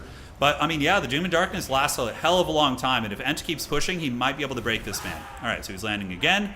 Back to the point. Warriors of Chaos are able to hold this. Warriors of Chaos do have that objective there as well, while the Ogres are holding on over here. Enticity calling in 3 Horsemen. That's a good idea. Hellstrider's getting on top of the Lead Belchers, and suddenly this fight looks very good for Enticity. He's got 12 capture weight on the objective. He has Javelins against the Ogres, which do have 80 armor, but still are going to be weak against that Javelin fire. And somehow, Palpatine found a way to get a Hellstrider on top of the Lead Belchers. Enticity pulling a bit of a value lead, and this is probably going to seal the deal. Steercar, as well as the Chaos Sorcerer of Death, able to get on top of the Slaughtermaster, who uses the OP Meat Feast, which is just an insane heal. And but yeah, I think if the Slaughtermaster does go down, it's going to be rough. And look at the Steercar aura. It's slowing down these big boys. So these guys are moving at 38 speed right now because of Steercar's Aura of Depravity, which is 50% speed slow. Super good. So as long as the Slaughtermaster is routing nearby, you know, it's going to keep applying that debuff. And Steercar is going. It looks like one of the big Ogres does maybe salvage the Slaughtermaster. No, Steercar is able to get through right here, guys, and is getting some fat charges. And the big Chungus probably is going to be paying the iron price. So he gets in, and down goes the Slaughtermaster, the champion of Slaanesh, getting the job done. Oh, look at that. Hang on a sec, guys. He actually looks pretty cool right now. Look at that. Look how awesome he looks. Steercar's got, like, blood. Like, oh, dude, that's so sick. Like, half of his face is covered with blood. That's super heavy metal. All right. So looking around, Ogres are a little bit resilient on the side. It looks like they might be able to get this objective with some Ogre Bulls, but Enticity Skirmish is going to accrue a lot of value. Meanwhile, in the middle, the objective was taken by the Chungus Kingdoms, but look at the Doom and Darkness again. Doom and Darkness take cover from the Hell Cannon, mass Steercar debuff, Aura of Depravity, negative 16 melee defense. That combo is incredibly cool, and I love when little things like get opened up like that, like strategies. I think that's so fun. All right, guys, Hellstrider is going to be lurking around, and we do see the Hellstriders are going to get an envelop right here, and I think that Chimbamboo is going to just get cracked here. I think he's done for. The Hellstriders are going to fold up the position. The Skystriders or the Mournfang Cav with great weapons are quite good, of course, but against, you know, Manticore, Steercar, full surround from Hellstriders with the flanker, it's going to be a little bit too much. And the Ogres do have that objective, but Enticity currently is cackling on points. He's sitting at about 1,000. So he's looking very, very good right now. Because with this Ogre position breaking, it's going to be all Ogre now for sure. All right, guys. Probably GG. Is there any weird play on the sides? I don't see it. Value lead for Enticity is quite substantial as well. And ladies and gentlemen, I think that's going to be game blouses. We'll do a little bit of fast forwarding because I think this game's over. I don't want to insult your intelligence with a game that's over. But if there's an inkling of an Ogre comeback, we can, of course, pause and resume action. Ogre's coming back here. Slaughtermaster has been resummoned. Enticity does have the point. And now, okay, maybe we got a little fight on our hands. Rotting Rider's coming out, one of my favorite units in the game. Oh, he's bringing all the cool stuff. Rotting Riders look so sick. Yeah, that's a cool paint scheme, too. Like the green going into the purple. And they do get a nice charge right there, charging into the Ogres, and they're going to fold them up like a piece of paper. 100 armor plus 15% ward save. Yeah, have fun with that. And now the side objective is going to be taken. Steercar is going to come in. We do get his aura because the Ogre Bulls are broken. And ladies and gentlemen of the old world, it looks like the Kraken King is going to be advancing to game 2 here. Yeah, he is going to be getting it. So we have Marauder Horseman, and we have Hellstriders on the outside. Complete fold up here by the Ogres. Steercar and all the leadership shenanigans. Oh, look at the Doom and Darkness. So sick. Noblars, are they going to break? Pigback Riders are shaken. They're sitting at 4 leadership right now. Oh, no, that's their speed. Their leadership is at 23. But he is creeping up, guys. Going to be getting, 1,300 points here. as the Chaos Sorcerer just continues routing things. And that triggers Steercar's aura, which again is going to be nasty for these block fights. All right. Yeah, you know what's crazy about this update is like Enticity gets to play Slaanesh twice basically in tournaments. And arguably Warriors of Chaos might be better than Slaanesh now. With all the new units and new toys they got, maybe. But the Steercar Doom and Darkness combo is really fun. Like, I like seeing games decided by like buffing spells and debuffing spells more so than direct damage. That was probably my favorite part about this game. Now, on the other side, a nice ninja. We do see the Ogres ninja that objective with some Noblars, so that's very good. But still double capped, caught in a bit of a hard fight. Chimbamboo doing a good job fighting back here, honestly. Really, really gremlining this. But the Rotting Riders are going to kill everything he loves. Pigback Riders are broken. Steercar is debuffing the Slaughtermaster down. Hellstrider is winning on the outside as well. And ladies and gentlemen, GG. Servants of Chaos getting the dub. All right, so that is Enticity going up 1-0 in this series. If Chimba loses this game, he is going to be out of the tournament. And Enticity will qualify for the event. All right. Very neat. So value. 1,200. Steercar got 1,800. So he paid... Steercar is about 1,800. He's not cheap. But the Manticore Doom and Darkness combo is sick. Rotting Riders for the close, and the Hell Cannon got good value too. Honestly, great game. Very, very fun stuff. All right, so ladies and gentlemen, let's go ahead and set up our next game. Hang out with me by the fire, the Witch Hunter. He will join us. And let's go ahead and delete this. Let me just have some quick water while I hang out with you guys for a minute.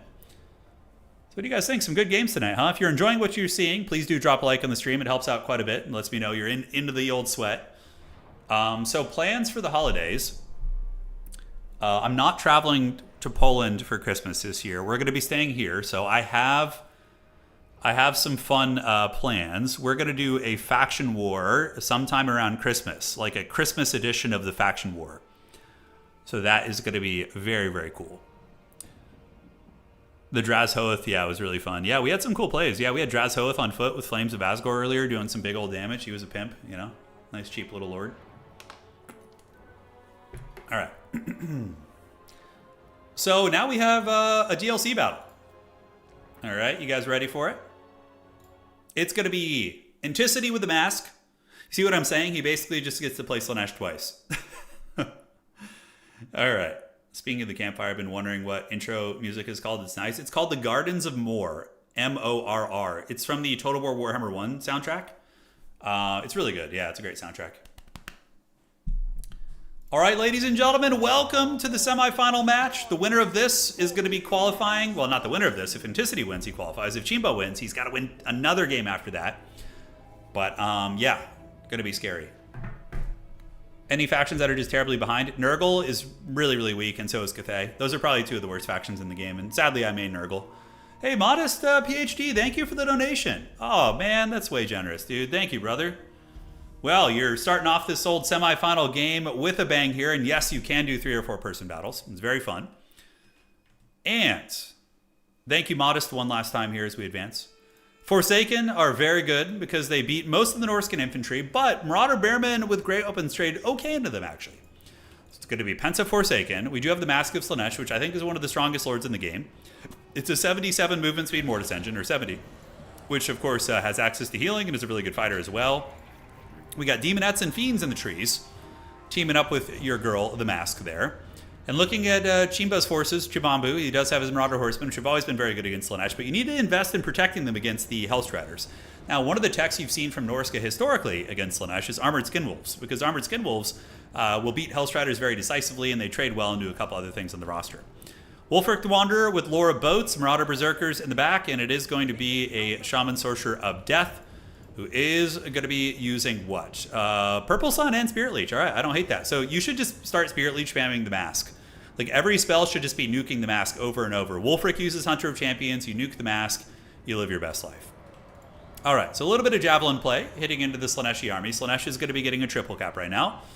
And the old Javelins continue poking and stroking, and they do maintain the cap. They were able to get it, but Slaanesh is going to get the objective. I don't know why Chimba isn't moving up to contest this. Definitely should not have just let Slaanesh have that for free.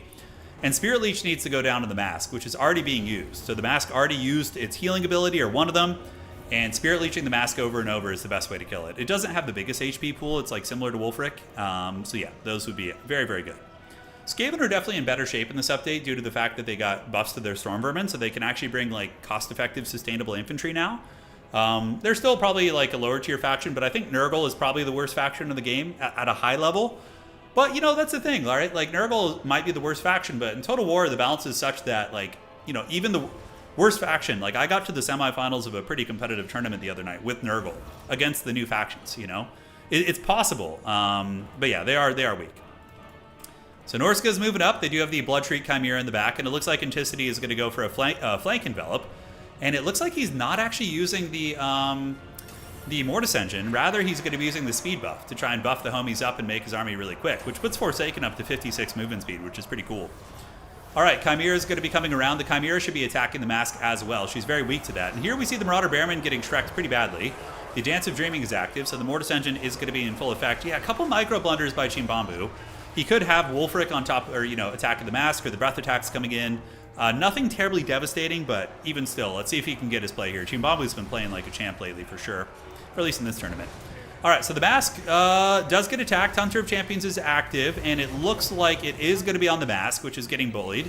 So she's going to need to run away right now. Her healing ability is on cooldown, and the heal is nice, but there's only a couple of those. Which factions are the best? Warriors of Chaos right now are probably the strongest faction in the game. Slaanesh.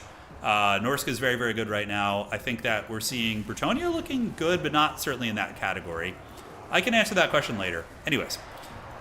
Norscan Ice Wolves attacking into the Hellstriders of Slaanesh, and it is going to favor the Hellstriders a little bit, but it's a close enough fight that it's not a bad trade. And we are going to see a Purple Sun once you come in the backfield, and that's going to be hammering those guys. And they do get caught in the Purple Sun, despite Inticity's dodge attempt. So that's going to do some respectable damage, but unfortunately it does kill a bunch of Berserkers too. So Ent is going for a big envelop. More Norscan Ice Wolves are being sent in. Marauder Horsemen are being attacked by the Fiends, and we do see the armies, the armies of Norska kind of getting folded a little bit in the front. Marauder Champions might be something you might need to incorporate, but Inticity does have Fiends as well as Demonettes, so it seems like he's prepared for that too.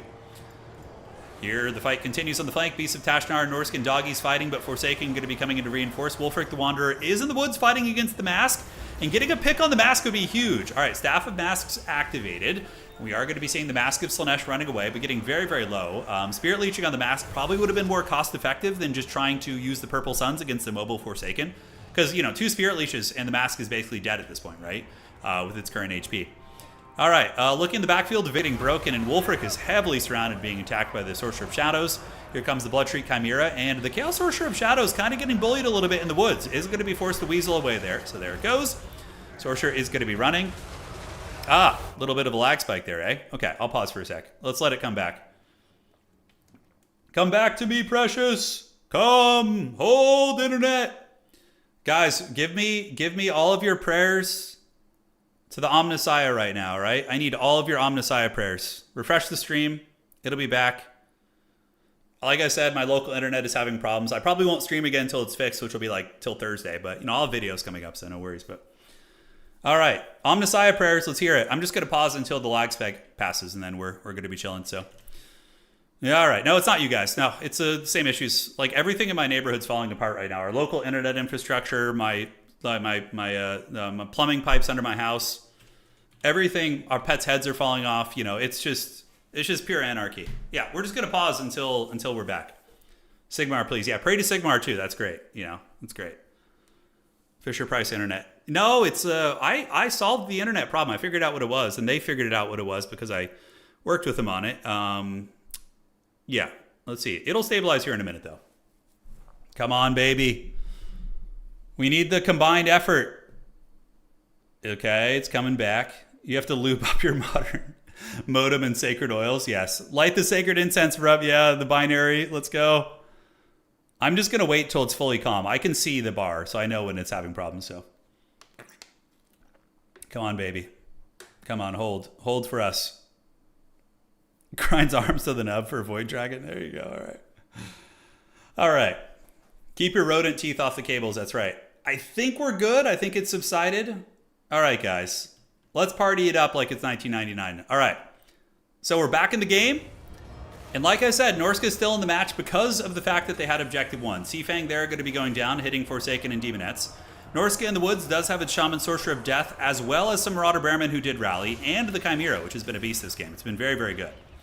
Looking around, we do see the backfield fighting. Enticity loves this kind of back pressure here. The Marauder Horsemen are kiting very well. Chimbamboo with some god-tier kiting. The fact that he's been able to keep his horsemen alive. We saw that in some of the earlier matches where Inticity's opponents weren't able to keep their horsemen alive against his dive, but in this case we have. And Pavane of Slanesh, though, or Fascination on the Marauder Horsemen, very, very good. Brutes of the Hound are on their way out, and is Norska going to be able to reclaim some ground here against Ent? Manticore is being afflicted by the slowing and vigor draining ability. It currently is exhausted right now, and the Norskins are going to be surging forth the Marauder Bearman Great Weapons, as well as Wulfric in the Woods, trying to finish off this character. He might be able to, although those Fiends of Slanesh, really, really good. The Shaman Sorcerers are glass cannons too. 25 melee defense, as well as 30 armor is incredibly rough. All right, guys, taking a look around. We do see the backfield is still being pressured by Enticity, but is going to finally be escaped by Norska, as the Brutes of the Hound have a pretty good fight, and we do see some Norskan Ice Doggies coming out, so those bad boys are going to be pushing up. And objective number 1 is still in the clutches of Norska. Nope, it did flip to Slanesh. So that is a huge, huge nail in the coffin, because now Enticity is, oh boy, okay, that's game, never mind.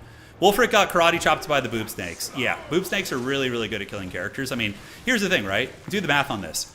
The Boob Snakes cost about 2,000 gold, but they do 60 damage each. So, you know, let's see. 4 of those snakes is going to be 240 damage, which is almost as much as a Legendary Lord with obscene armor-piercing values. So if you get like 7 or 8 of those snakes surrounding you, it's like being rapid-fire hit by basically a Legendary Lord. It's very nasty.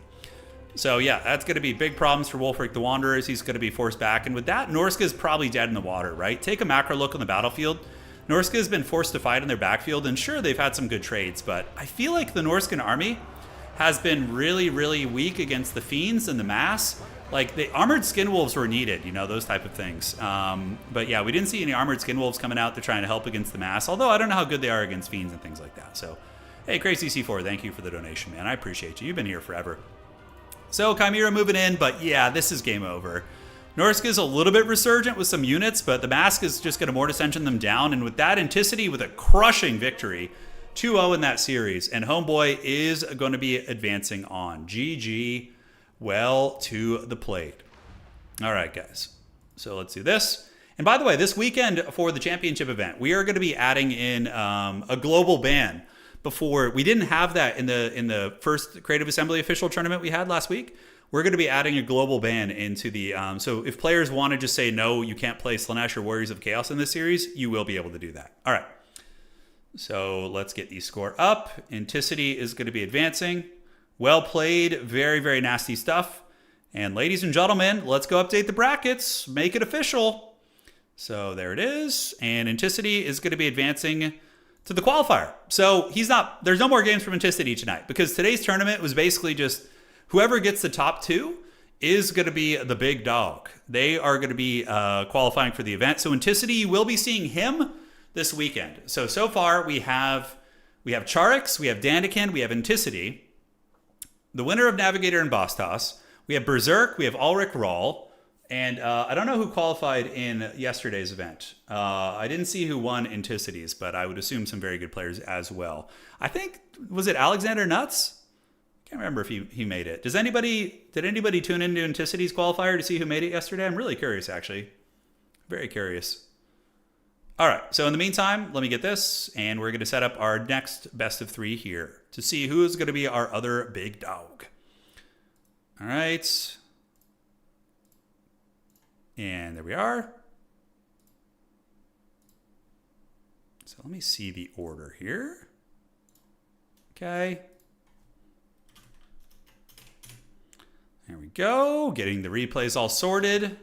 Thank you guys for choosing to hang out here tonight. Been a very fun stream so far. We've had so many good games tonight, right? These have all been real sweaty like. This is great. All right, so let's do that. And we're going to close this. Get the browser going here. There we are. Awesome sauce. All right. So this one is for all the marbles. VM Chosen did? Yes. How long are you streaming for? Oh, we're going to do the this best of 3. And then maybe we might play a game for fun after that. We're not sure. But this is the last best of 3 of the night because Enticity qualified. And this is to decide who the other qualifier is. Yeah. So we will find out. Okay. So let's get out of here and get into this next series. All right. So well played to the Kraken King. So we had several qualifiers. All right. Enticity, I think, failed to qualify in the first 2. He failed in his own qualifier, and then in the first one he didn't make it either. But the consistency paid off. He grinded it out, man, and here he made it. You know, he got there. I don't know if Blood Penguin played. Maybe Blood Penguin qualified. Yeah, it might have. I think Blood Penguin might have made it yesterday with Chosen. Yeah, it might have been that. Yeah, just the stream lag. Just, you know, there's nothing we can do, guys. Just refresh. It's just my local internet. We're gonna push through this tonight, guys. We're going to make it. We're going to fight the good fight, you know? Oh, dude, internet service providers are such bullshit. You get intermittent service for like weeks. And they're so like, I've tried to ask for like refunds and they will give you like an individual like partial day refund. They'll be like, well, we can give you a refund of like $2 or something. You're like, dude, are you serious? The time I spent with you on this phone call. Oh my God. I swear to God, if I could be in a position of like government power, I would just karate chop all these awful business practices that these people and these monopolies that just shit on people and take advantage of them, dude. Oh, it would be no mercy. It would be blood for the blood god, skulls for the skull throne, like all freaking day, dude. The insurance companies would get it. You know, they would stop just tormenting people. Friggin' internet monopolies. Oh my God. And okay, it's a rant for another day, all right? Save it for another stream. Let's focus on this. Yeah, Blood Penguin is really good. Yeah, it's either Comcast or Spectrum. Those are the 2 companies. Yeah. All right, guys.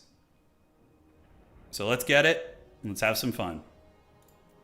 Xfinity data caps are criminal. Yeah, there you go. Classic. All right, so let me update the scoreboard here. And thank you guys for joining. This is the other side of the bracket. So this is going to be Boss Toss versus Navigator. We've seen great play out of both of these guys today. So this is going to be Navigator. Interior, Navigator, Alligator. Remember that song? Interior Crocodile, Alligator? That shit was great. It's hilarious. Oops, wrong one. Sorry. Let's go back to that. And we are going to get you. And this is going to be Boss Toss. Oh, wow. That's a lot of S's there. Oh, need to fix that. So let me get this here. Let's pause the game. We're going to get into it. The Dreadmaw is really good. I think it's like very strong in some matchups. And in other matchups, the Dreadmaw is like mediocre. It's a very polarizing unit. It's kind of like, you know, that's how the Dwarves used to be in multiplayer too. There was like some matchups where the Dwarves just shit on you and they were just awful in other ones. It's like, it's one of those kind of things. Yeah. Okay, some of you guys got the reference, which is great. All right, guys, let's get it. Let's break it down. Welcome to the semifinal match. Who is going to be the second individual to qualify? Find out on today's episode of Dragon Ball Z. Spawning in on the south side of the map, it is going to be the Slangors and Boss Toss. Boss Toss using the new Beastmen toys, so he does have Mass Slangors, a Shaman of Death with Spirit Leech and Doom and Darkness. A Doom Bull is back as well. And a couple Marauder Horsemen throwing axes is going to be trying to counter skirmish. But yeah, Boss Toss is the very traditional Beastmen build. Ungor Raiders, Slangors, which are really decent against Khorne probably, and Butchers of Kalkengard as well. All right, guys, and let's go ahead and see what is cooking here. For Khorne and Navigator, we got Marauder Horsemen, we have the Hellforge Bellowers, and Skull Takers, so very nasty stuff. Front line is going to be Chaos Warriors, which Chaos Warriors will dominate Slangors in combat. Their armor is just too much for them to handle, and they have very good combat stats as well. So, to deal with the Chaos Warriors, the Beastmen are probably going to need to use some other modalities, like the Butchers of Kalkengard or the Tuskor Chariots. Those are both very viable ways of dealing with them. And, Boss Toss's name has too many S's. Okay, let me fix that. It's going to haunt me if I don't fix that, so I got you. There we go. All right, looking nice and good. And again, sorry about the lag, guys. We're just going to push through it. It's happening. Nothing we can do. All right, so objective number 3 here is going to be taken and owned by probably the Blood God. Between the Horsemen and the Chaos Warriors up on the point, they're most likely going to be able to hold that. And we do see a couple of Chaos Warriors heading over towards objective 1 as well. The Hellforge Bellower shooting out of the tree line. Very nice counter skirmish against the very mobile army. But Khorne is on the point, but look at this. Really nice chariot play coming in from Boss Toss. So Boss Toss able to run over the Chaos Warriors. And as long as he cycle charges, those chariots will do some very, very nice heavy lifting. This is a classic B-Spend style. You know, you have an area that's not looking good for you, right? You got this. You got objective number 2 here. Looking very Khorne heavy. Take your mobility, take your speed, and move over. But the thing about Khorne is quite fast as well. Chaos Warriors here are getting bullied really badly by the Doom Bull, as well as the Slangor and the Bray Shaman on the chariot. But the Doom Bull is going to be punching this Hellforged Bellower in the face. Very, very good engagement for the B-Spend. So that's probably going to force that chariot back, or else this thing potentially going to be in a situation where it dies. Spirit Leech activated, but it does have huge spell resist of 35%. As far as the objective goes, Slangors versus Chaos Warriors will favor the Warriors, but Slangors will trade okay. Not going to be the worst thing in the world. Unga Bunga Raider shooting across under the Chaos Furies. In the meantime, we do see this point being held by the B-Spend still. The Chaos Warriors of Khorne just being muscled down by too many units, basically. Right? The Chaos Warriors getting bullied and attacked by, like, you know, maybe 2 or 3 times their value. Hard to say. Over on Objective 2, the Blood God is going to be holding firm on the middle point here. The Chaos Warriors are holding, and the Throwing Axe is going to be charging in as well to try and help out. Skulltaker is going to be fighting some bigger targets, so he is fighting the Butchers of Kalkengard, which is not a good fight for him. Granted, if he's fighting on the edge of the formation and they're not circling him, it's not going to be as bad of a fight, and he still does do fire damage. And that's one of the reasons why Skulltaker is probably one of the strongest lords in the entire game, is because of the fact that he, for a chariot character, which isn't supposed to have high melee attack, he can fight single entities from a chariot, which is really rare.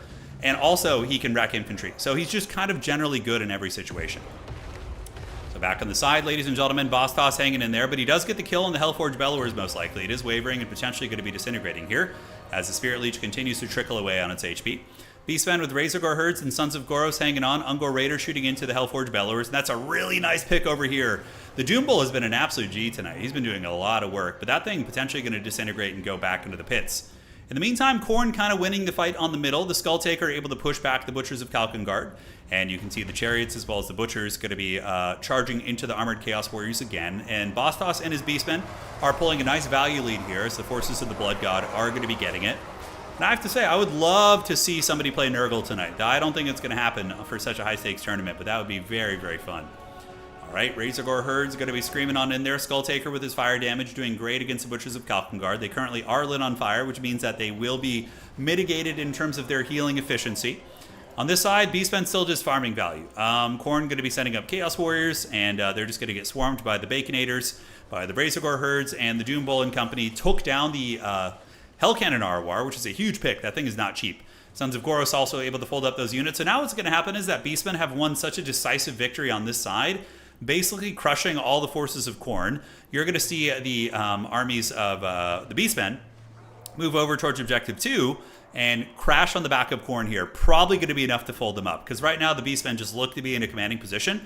Khorne does have warriors. Usually I like to see halberds in this matchup. Khorngors are a god tier unit here.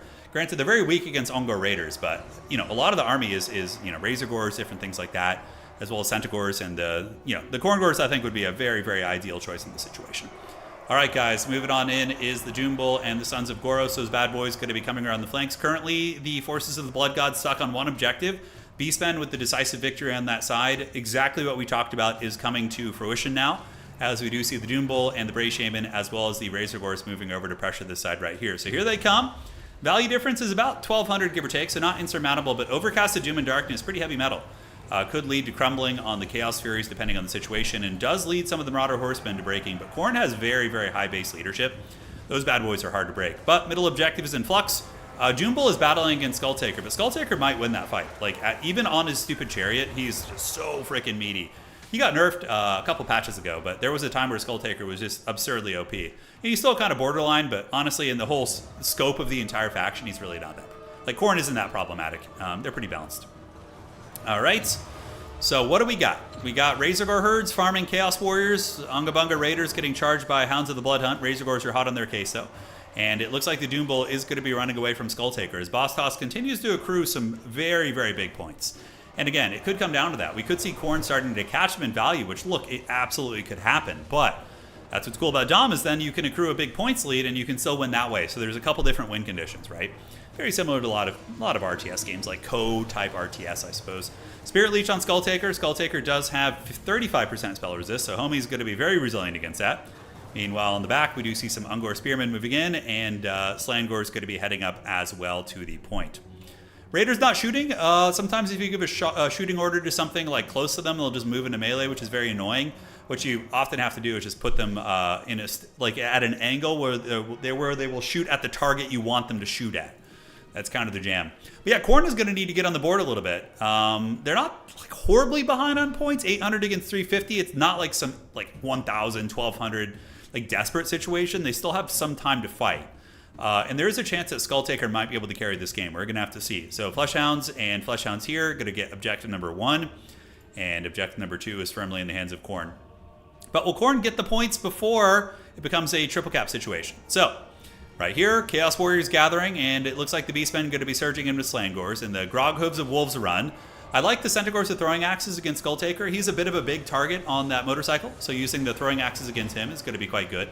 Slangor is piling in, but getting run over a little bit, and we do see some spears, and how are the archers doing as well? They are shooting into Skulltaker. And, you know, 1 damage is 1 damage. $20 is $20. So, yeah, he's taking a lot. That was about 400 or 500 damage right there on Skulltaker. He's getting the business pretty good, as the Beastmen are in the process of pressuring this objective. And what was really cool about this play here is as soon as Navigator went for objective 1, you just saw a big push from Boss Toss to try and, like, counterman that and make sure that he got stuck. So a couple doggies going to be getting onto the archers in the back. Centaurs might be able to counterplay a little bit. Spirit Leech activated on the Skulltaker, so Skulltaker is running away, while the Unga Bunga Spears do their thing. And the Grog Hooves are good fighters. They have 42 melee attack, poison damage, and are going to be teamed up with the Doombull here. So they probably will be able to force back these Hellhounds here. So there goes Doombull, Unga Bunga punching into the Cornhounds. Those guys getting folded up nice and good like. Archers still shooting, and we do have more Centaurs coming in, and more Centaurs. So just mass mobility, really. So that's going to kind of keep a corral on Khorne. And Skulltaker's trying his best. He's really trying to get in there. And we do see ye old Skulltaker hanging in. Yeah, he's at 58 movement speed right here. The Beastmen going to be maneuvering across after the Fleshhounds while the Unga Bunga Raiders keep shooting around. All right, guys. Doombull going in. Spirit Leech activated on the Skulltaker, so he's a little bit vulnerable here, but the 35 MR will help him. He does pop some sort of ability, it looked like, but nope. Here comes the Lord fight. I think Khorne's just on their last breaths here. I think they're in a little bit of trouble. But, yeah, not going to happen, I don't think. Yep, the Beastmen have some Minotaurs guarding the outside objective. Objective number 1 is not being pressured at all. Khorne could maybe send a Khorngore there if they had one. But look at the battle here. Khorne is just empty and running out of steam. And Skulltaker is finally going to go down. The Archers and the Centaurs, the throwing axes, getting the job done. And, man, dude, he's still not breaking. 600 leadership. Skulltaker really is one of the craziest lords in the game. He is just such a machine. But I think his time has finally come. And, yeah, the Doombull will probably get the KO on him. Sitting at 2,400, disintegrating, and GG, well played. Victory for Boss Toss in Game 1 of the semifinals of tonight's tournament. All right, guys, GG, well played. So let's see what's cooking here, and let's do this. All right, so that's going to be Game 1, going to Boss Toss in this best of 3 series. Looking at the value, Doombull did great. 1,900, very nice. The Spirit Leech was reasonably effective. There was a couple big plays, right? Like Khorne losing their expensive Hell Cannon like right away. That thing can generate obscene value over a long game because if the Hellforged Bellowers stay online, they use all their ammo, they fight in melee, they heal in melee, they regen ammo in melee as well. So the longer the game goes, the stronger they get, basically, you know, in terms of just value. But yeah, overall, that was really, I think, what cost him a lot, losing that momentum. And then, you know, the Beastmen mobility was able to win the split fight and then collapse on him there. So, all right, let's get into the next match here, ladies and gentlemen. Let's figure it out and see what we got. So this is going to be Game 2. If Boss Toss wins it, it's game blouses. And let's figure it out here. All right.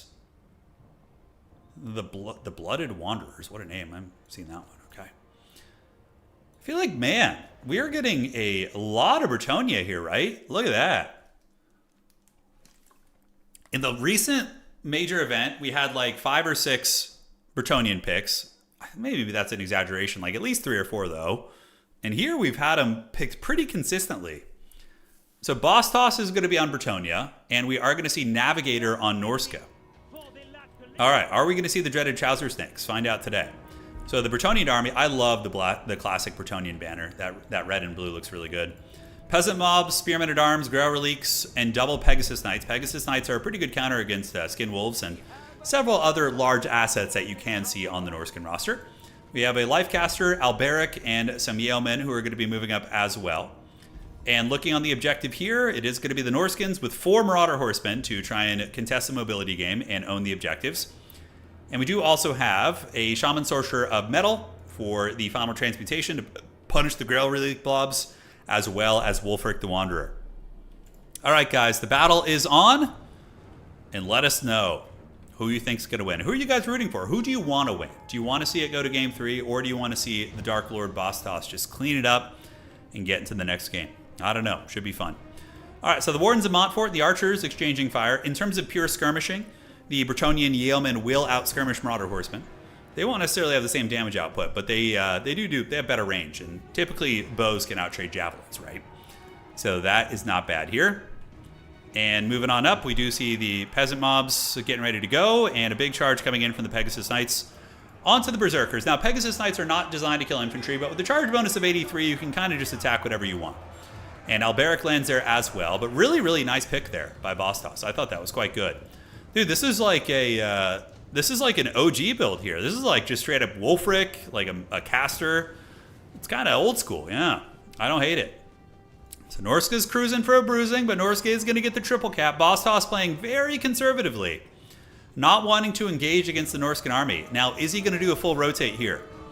It looks like maybe he's going to rotate across, try and play Objective 2 and Objective 3, and get away from the Norskan infantry blob. Norska is going to be calling in Condom Wolves. So yeah, it just seems like your boy here is playing old Norska. He's not going to be utilizing Sail or you know, the Trouser Snakes, the Dreadmaws, none of that stuff. It's just a whole bunch of boys moving in. Yeah, Bastos was one of the best Norskan players in the world. I don't know how active he still is with Norska, but he probably still is really good at them. So Alberic getting the help of the Green Knight. So the Green Knight is going to be called out here. So he looks like he's trying to get on Wulfric. Wulfric, of course, does not do magic damage. Final Transmutation would be a decent play against the Green Knight. But, you know, you don't want to just use it on Just Hand. Feels bad. Split push coming in from Bastos. It's going to be the Holy Wardens of Montasol, and they're going to be heading towards Objective 3 to try and grab that one. Meanwhile, looking around, we do see a triple cap by Norska. So very, very cautious play coming in. And Norska just going to be putting their feet down and saying, hey, man, come at me. You got to figure out this puzzle. And that is... Players have different play styles, right? Like, Enticity is a player who takes all 3 objectives and then forces you to figure out the puzzle of how to get the objectives back from him. You know, it's fun to see the different styles. Enticity is like one of the Cenobites from Hellraiser. Remember? He's like, I have such glorious pain to show you, and he's just like Slanesh surrounding you. He's like, open the box. And then you move up on the objective and you open the box, and then the Hellraiser attacks you, right? That's when things get really bad. Dude, oh, Enticity is the Cenobite. From Hellraiser. He's like, makes you open the box, which is the metaphorical objective here. Yeah, that's kind of interesting, right? I don't know. Do you guys think that's an apt analogy? Let me know. Let me know. So, Holy Wardens have full capture weight. Versus Marauder Berserkers, do they win? 8,000 HP. I don't know. The Berserkers might outtrade them, actually. It's a little bit tricky.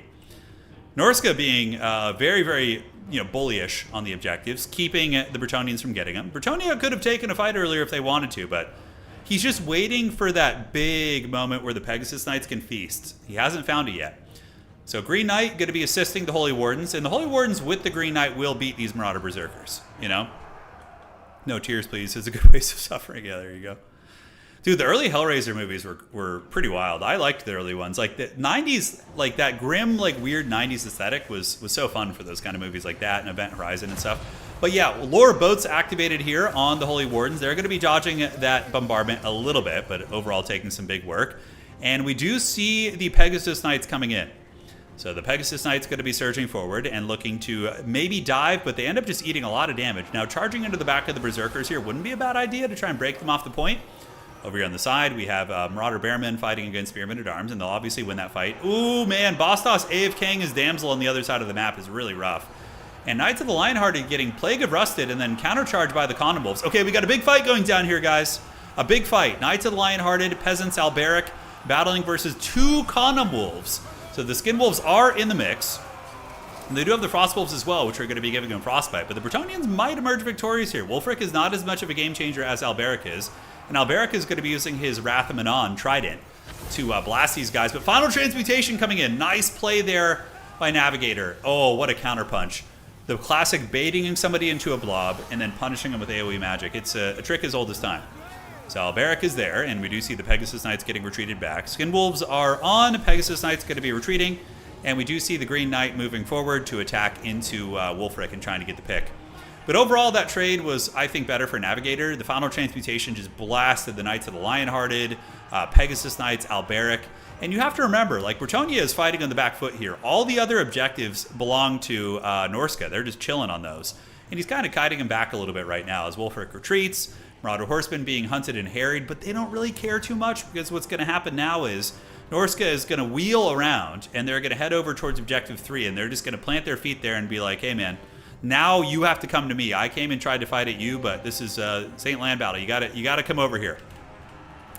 All right, so Norska able to get back. Yeah, this is like fundamental Norska. You're right. It's a very good way of putting it, Johan.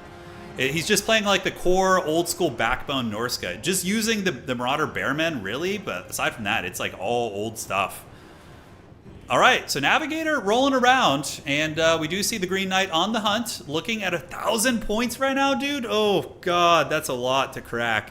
Norska is actually one of the harder factions to crack right now in the game because of the Marauder Bearmen being included. Dude, these guys make Nurgle jealous. They have 11,500 HP, which is so obscene.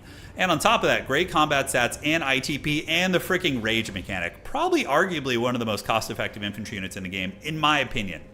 I've been saying that. You know, in the early access, I was on the Church of the Bearmen in Dreadmont. There was other people saying that they weren't great, but I really think Bearmen are just obscenely good. All right. So Javelin's moving in, and it looks like it's going to be Mortal Wombat as the Mounted Yeoman Archer is going to be shooting into the Marauder Horsemasters. And up in the sky, Alberic lurks and maybe thinking about charging into these guys and breaking them. Bretonnia does get some momentum. You know, the thing about the Bretonian army is they do have a monstrous combat lord. And look at this, Norska is preparing to make its stand right here. So Norska is setting up its Bearmen, its Berserkers. It's a really cool looking shot. Like you see the lines of the Bretonians coming. And the Norskins with the Shaman and Wulfric like in front of the army, like, hold, hold. Reminds me of the scene in the Viking show where they make like the shield walls and whatnot. Very, very cool. All right, so moving in are the Companions of Quenelles, but that is a brick of Norskins to be moving into. And it looks like they're just going to Unga Bunga in without infantry support. A very rare misplay from Bostos. Like, that was just a disastrous play. He charges in, he gets Plague of Rusted, countercharged. He had, like, if he had waited for his Grail Relics and his infantry support, that could have been a winning fight. But suddenly, he's kind of going to the dogs a little bit here, you know? As you might as well just stay and fight at this point. You're just going to lose models as you try and retreat. Alberic coming in to try and help. Pegasus Knights trying to turn the tide of the fight. And we are going to see the Wrath of Madon activated. Splish, splash. Going to be giving those dirty Marauders a bath right there as they do get a bath time. And Companions do turn around. And now we get... Oh, shit, Alberic is on... Oh, he's only on his Pegasus. Oh, shit. That makes this game even harder because he doesn't have a big terror-causing centerpiece. Okay, I did not notice that. All right, guys, on the side point, Norska is going to be ninjaing that with Marauder Bearmen, and we do see some idle units heading over there. But with Navigator being up in value and so massively ahead on points, I see the Bretonian army faltering. Condom Wolves doing well, Marauder Bearmen holding. We have more Marauder Bearmen with great weapons on their way in. And ladies and gentlemen, it is looking real tough for Bretonnia. I'm getting a bit of a counterpunch here with some Pegasus Knights on the skirmishers. Knights of the Realm also going to be trying to chase them back. A lot of Bretonian pressure here, but when the Norskins break through these lines here of these peasants, they're going to have like 15 capture weight moving up on this objective. We do see 1,200 points. Bretonnia is so hyper-focused here. We do see Norska actually in the process of stealing this. A really good play from Navigator would be to call in a Vanguard of a Hound unit and just steal this objective. That would basically end the game. Bretonnia would have no chance. As it currently stands, Bretonnia is cooking a little bit, getting some momentum, but Norska is going to be hard to break. Marauder Bearmen up here. Growlerleak and Alberic are hanging out there as well, and we do see the Skinwolves coming around the outside. More Skinwolves here will be able to defeat the Companions in their current state, although maybe Knights of the Realm and Companions win that 2v1. And if Bretonnia loses... Oh, this is such a fumble for Bretonnia, man. This is such a fumble. If they just left like one unit back there, this wouldn't have happened. This probably ends the game. Like one raggedy-ass Marauder Bearman at like 30% health comes in and steals the objective. That is a huge blunder that could be game-losing here. On this side, Norska has it, but Bretonnia is getting some Knights in there to fight the Bearmen, but they're not an easy one to crack. And on the middle, it does look like the objective is being stabilized by Norska a little bit. If Alberic was on his big bird, might see some terror routes. Granted, against Berserkers and Bearmen, probably not. That's going to be really tough. And you're probably going to see a final transmutation right here in the next, like, I don't know, 20, 30 seconds, give or take. This is just too juicy not to. Although he might have used one when I was looking elsewhere. Maybe we did miss that. It's hard to say. Please give it to us, Precious. Give it to me. We want it. Norska holding on to these objectives. Just the sustainability of the Marauder Bearman unit is such a game changer. And out here, Mounted Yeoman fighting off the Bearman units, but it's not going to be enough. And Navigator wins game 2, ladies and gentlemen, tying up the series. Here we go. Hey, Hoopsaya, thank you for the raid, man. Thank you for the raid. I hope all was well in the realm of StarCraft. What's up, dog? I apologize ahead of time to your viewers. A little bit of lag we've been having tonight. My internet's getting fixed on Thursday, so we're hanging in there. You're playing, Arc Raiders. I've never played that. That's like a sweaty FPS, isn't it? I'm too old for those kind of things, man. I'm almost 40. I can't hang there. Your viewers are sleepy AFKers. Yeah, we've been there. We've been there. All right, guys, this is for all the marbles. This is the rubber match. Let's get it. Yeah, Hoopsio, dude. When Dawn of War 4 comes out, dog, it's go time. We got to get some games in there, dude. It'll be fun. You gotta bring the RTS sweat and show me what's up. Calling me. How old are you? You can't be older than me. No way. Yeah, I'm gonna grind Dow 4 real hard too. I think we all have to. It's gonna be great. We're gonna have such a damn fun time. You're 34. Oh, you're a youngin', dude. I remember what my hairline looked like when I was 34. You know, I remember. It's retreating into the hills a little bit now. All right, so ladies and gentlemen, interesting game. We had Alberic on, I think, the big monster. I mean, look, there's a couple things. All right, if the companions of Quenelles didn't blunder at the end, had moved in with support, and then had he not lost his back objective, we could have seen Boss Toss maybe win that game. It was close, real close. You're 27 and your hairline looks like the polar ice caps, Zerator. $100 weeklies will go a long way. Yeah, so Hapsaya, you don't need to... I will be putting on probably 2 tournaments a week for Dawn of War 4, and also will be either crowdsourcing or putting money out of my own pocket into weekly tournaments. So there will be a good scene, assuming the game doesn't suck. Like, if we get our hands on Dawn of War 4... It's fun. It's competitive. It has relatively decent balance. I will invest a lot in the multiplayer stuff for sure. But yeah, let's hope. Let's hope. Let's hope. Navigator more like semi truck. Hell yeah, dude. Legamus. I haven't played it yet, but we'll create a website for it. Yeah, but the devs need to show faith. Absolutely, absolutely. So Hupsai, one of the devs. This will be the last thing I'll say before we move on to the rubber match. Is one of the devs who is developing Dawn of War 4 is a former high-level competitive Total War player. So back in Warhammer 2, he was like a really good tournament finalist who played a lot. So I'm hoping that he's like putting that competitive energy into the game a little bit. It's just one guy. There's a lot of devs, but he is there. He exists. So, all right, guys. So, prepare yourselves for the rubber match of rubber matches. Kyale Nale was his name. He was a really cool guy. Super nice. And very good as well. We have Boss Toss on Norska this time against the Warriors of Chaos. The 2 sweaty factions are upon us. Spawning in on the vineyards of Reno. It's going to be Boss Toss on his Norskins, bringing out the big guns for the grand finals against Navigator, who's going to be playing Archeon the Ever-Chosen. This is very, very cool. No, Kyale Nale was his name, not Subatire Arrow, no. All right, ladies and gentlemen, spawning in on the north side of the map. It is going to be the champions of the north fighting back in very much a rebellion against the Warriors of Chaos, because as you guys know in the campaign, Archeon tries to subjugate Wulfric and basically make him his minion, but Wulfric does have the opportunity to fight back. Now, it is going to be a lot of Marauder Horsemen, which are, obviously very common in the tribal warfare here between the Norscan tribes, using the Marauder Horsemen with their throwing javelins to poke. We do have Wulfric the Wanderer, who will lose horribly to Archeon in a fight, but again, he brings utility and is a lot cheaper. Norska does have some Marauder Bearmen and great weapons. And for the Warriors of Chaos, their army is going to be mostly skirmish, with Archeon backed up by Aspiring Champions as well.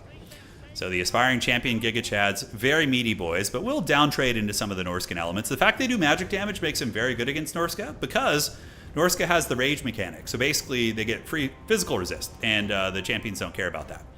So taking a look at the map control, Warriors of Chaos do take objectives 3 and objectives 1 out of the gates, but Norska is really being aggressive here. And Norskan skirmishers are slightly better than the Marauder horse. Well, those are horse masters actually, so it depends on which variant you bring. But Archaon moving in, and the Marauder Bearmen, look at them moving through the vineyards. It's kind of funny. You can barely see them. You just see their like weapons bouncing through the vineyards as they move through. Yeah, not corn. Those are vineyards, yeah. So that you can kind of hide units in there, which is very fun. In the back, Warriors of Chaos do call it a Hell Cannon, so the artillery is here, and it's going to start bombarding the Norskan troops. And it does come in, obliterating a bunch of the Marauder Bearmen there, so they are going to be losing a whole bunch of models while they eat some javelins to the face. And here comes another shot. Archaon the Ever-Chosen attacking in as well, and here it comes from downtown. Kaboom! A little bit of friendly fire hitting Archaon as well. Oh, that actually did hit him. Archaon got friendly fired. Oh, that's hilarious. Objective 3 for Norska, Objective 2 for Chaos. And Navigator needs to move his aspiring champions over to the middle objective right now. So far, the skirmishing is going reasonably well for Chaos. One of the Marauder Bearmen units is getting put in the trash can and actually does break. Aspiring Champion's going to be heading to the middle while the Hell Cannon continues bombarding. And Wulfric is going for a fight with Archaon, which is really, really risky. Archaon here, of course, is an exponentially better fighter. Better stats, better armor piercing, probably better looking as well. The Spirit Leech and Burning Head are going to be at the ready, and maybe he's going to be able to drop it there. We will have to see.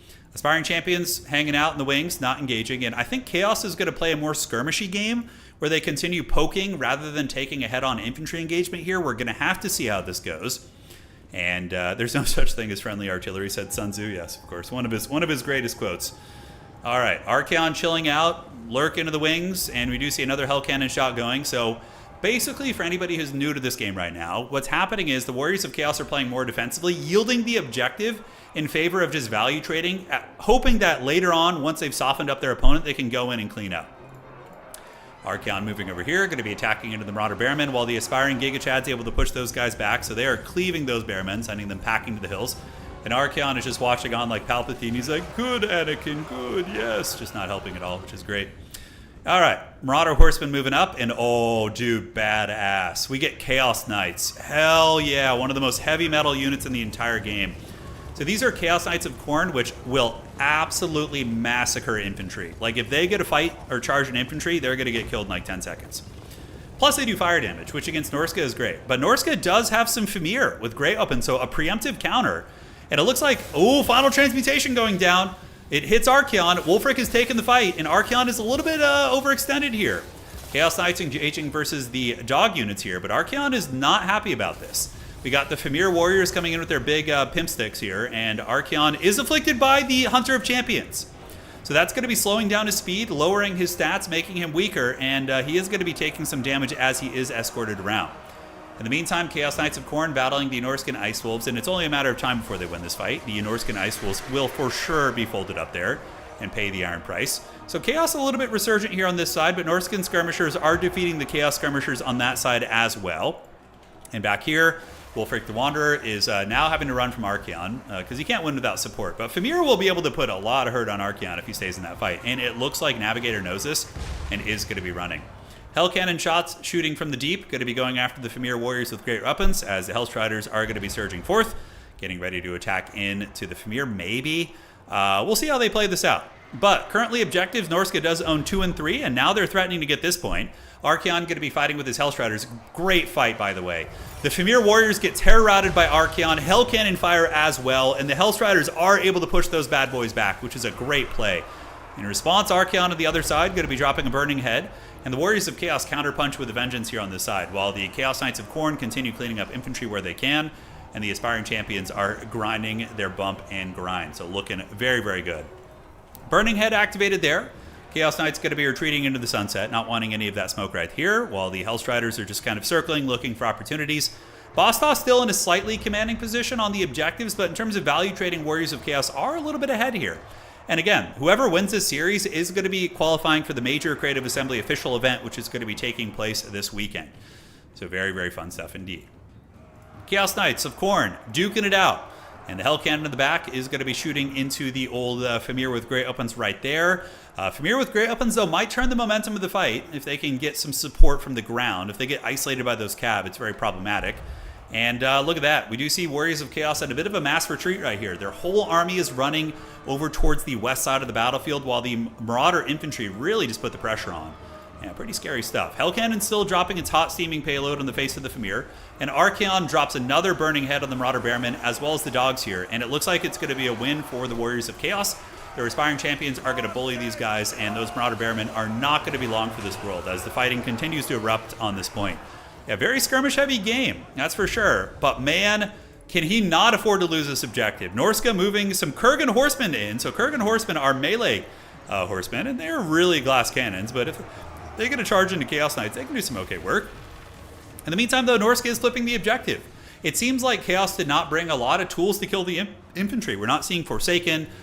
These Marauder Bearmen are just running rampant, and Chaos Knights are trying to get through them, but they are the Lance version, so they need to get the charges or else it's going to be subpar.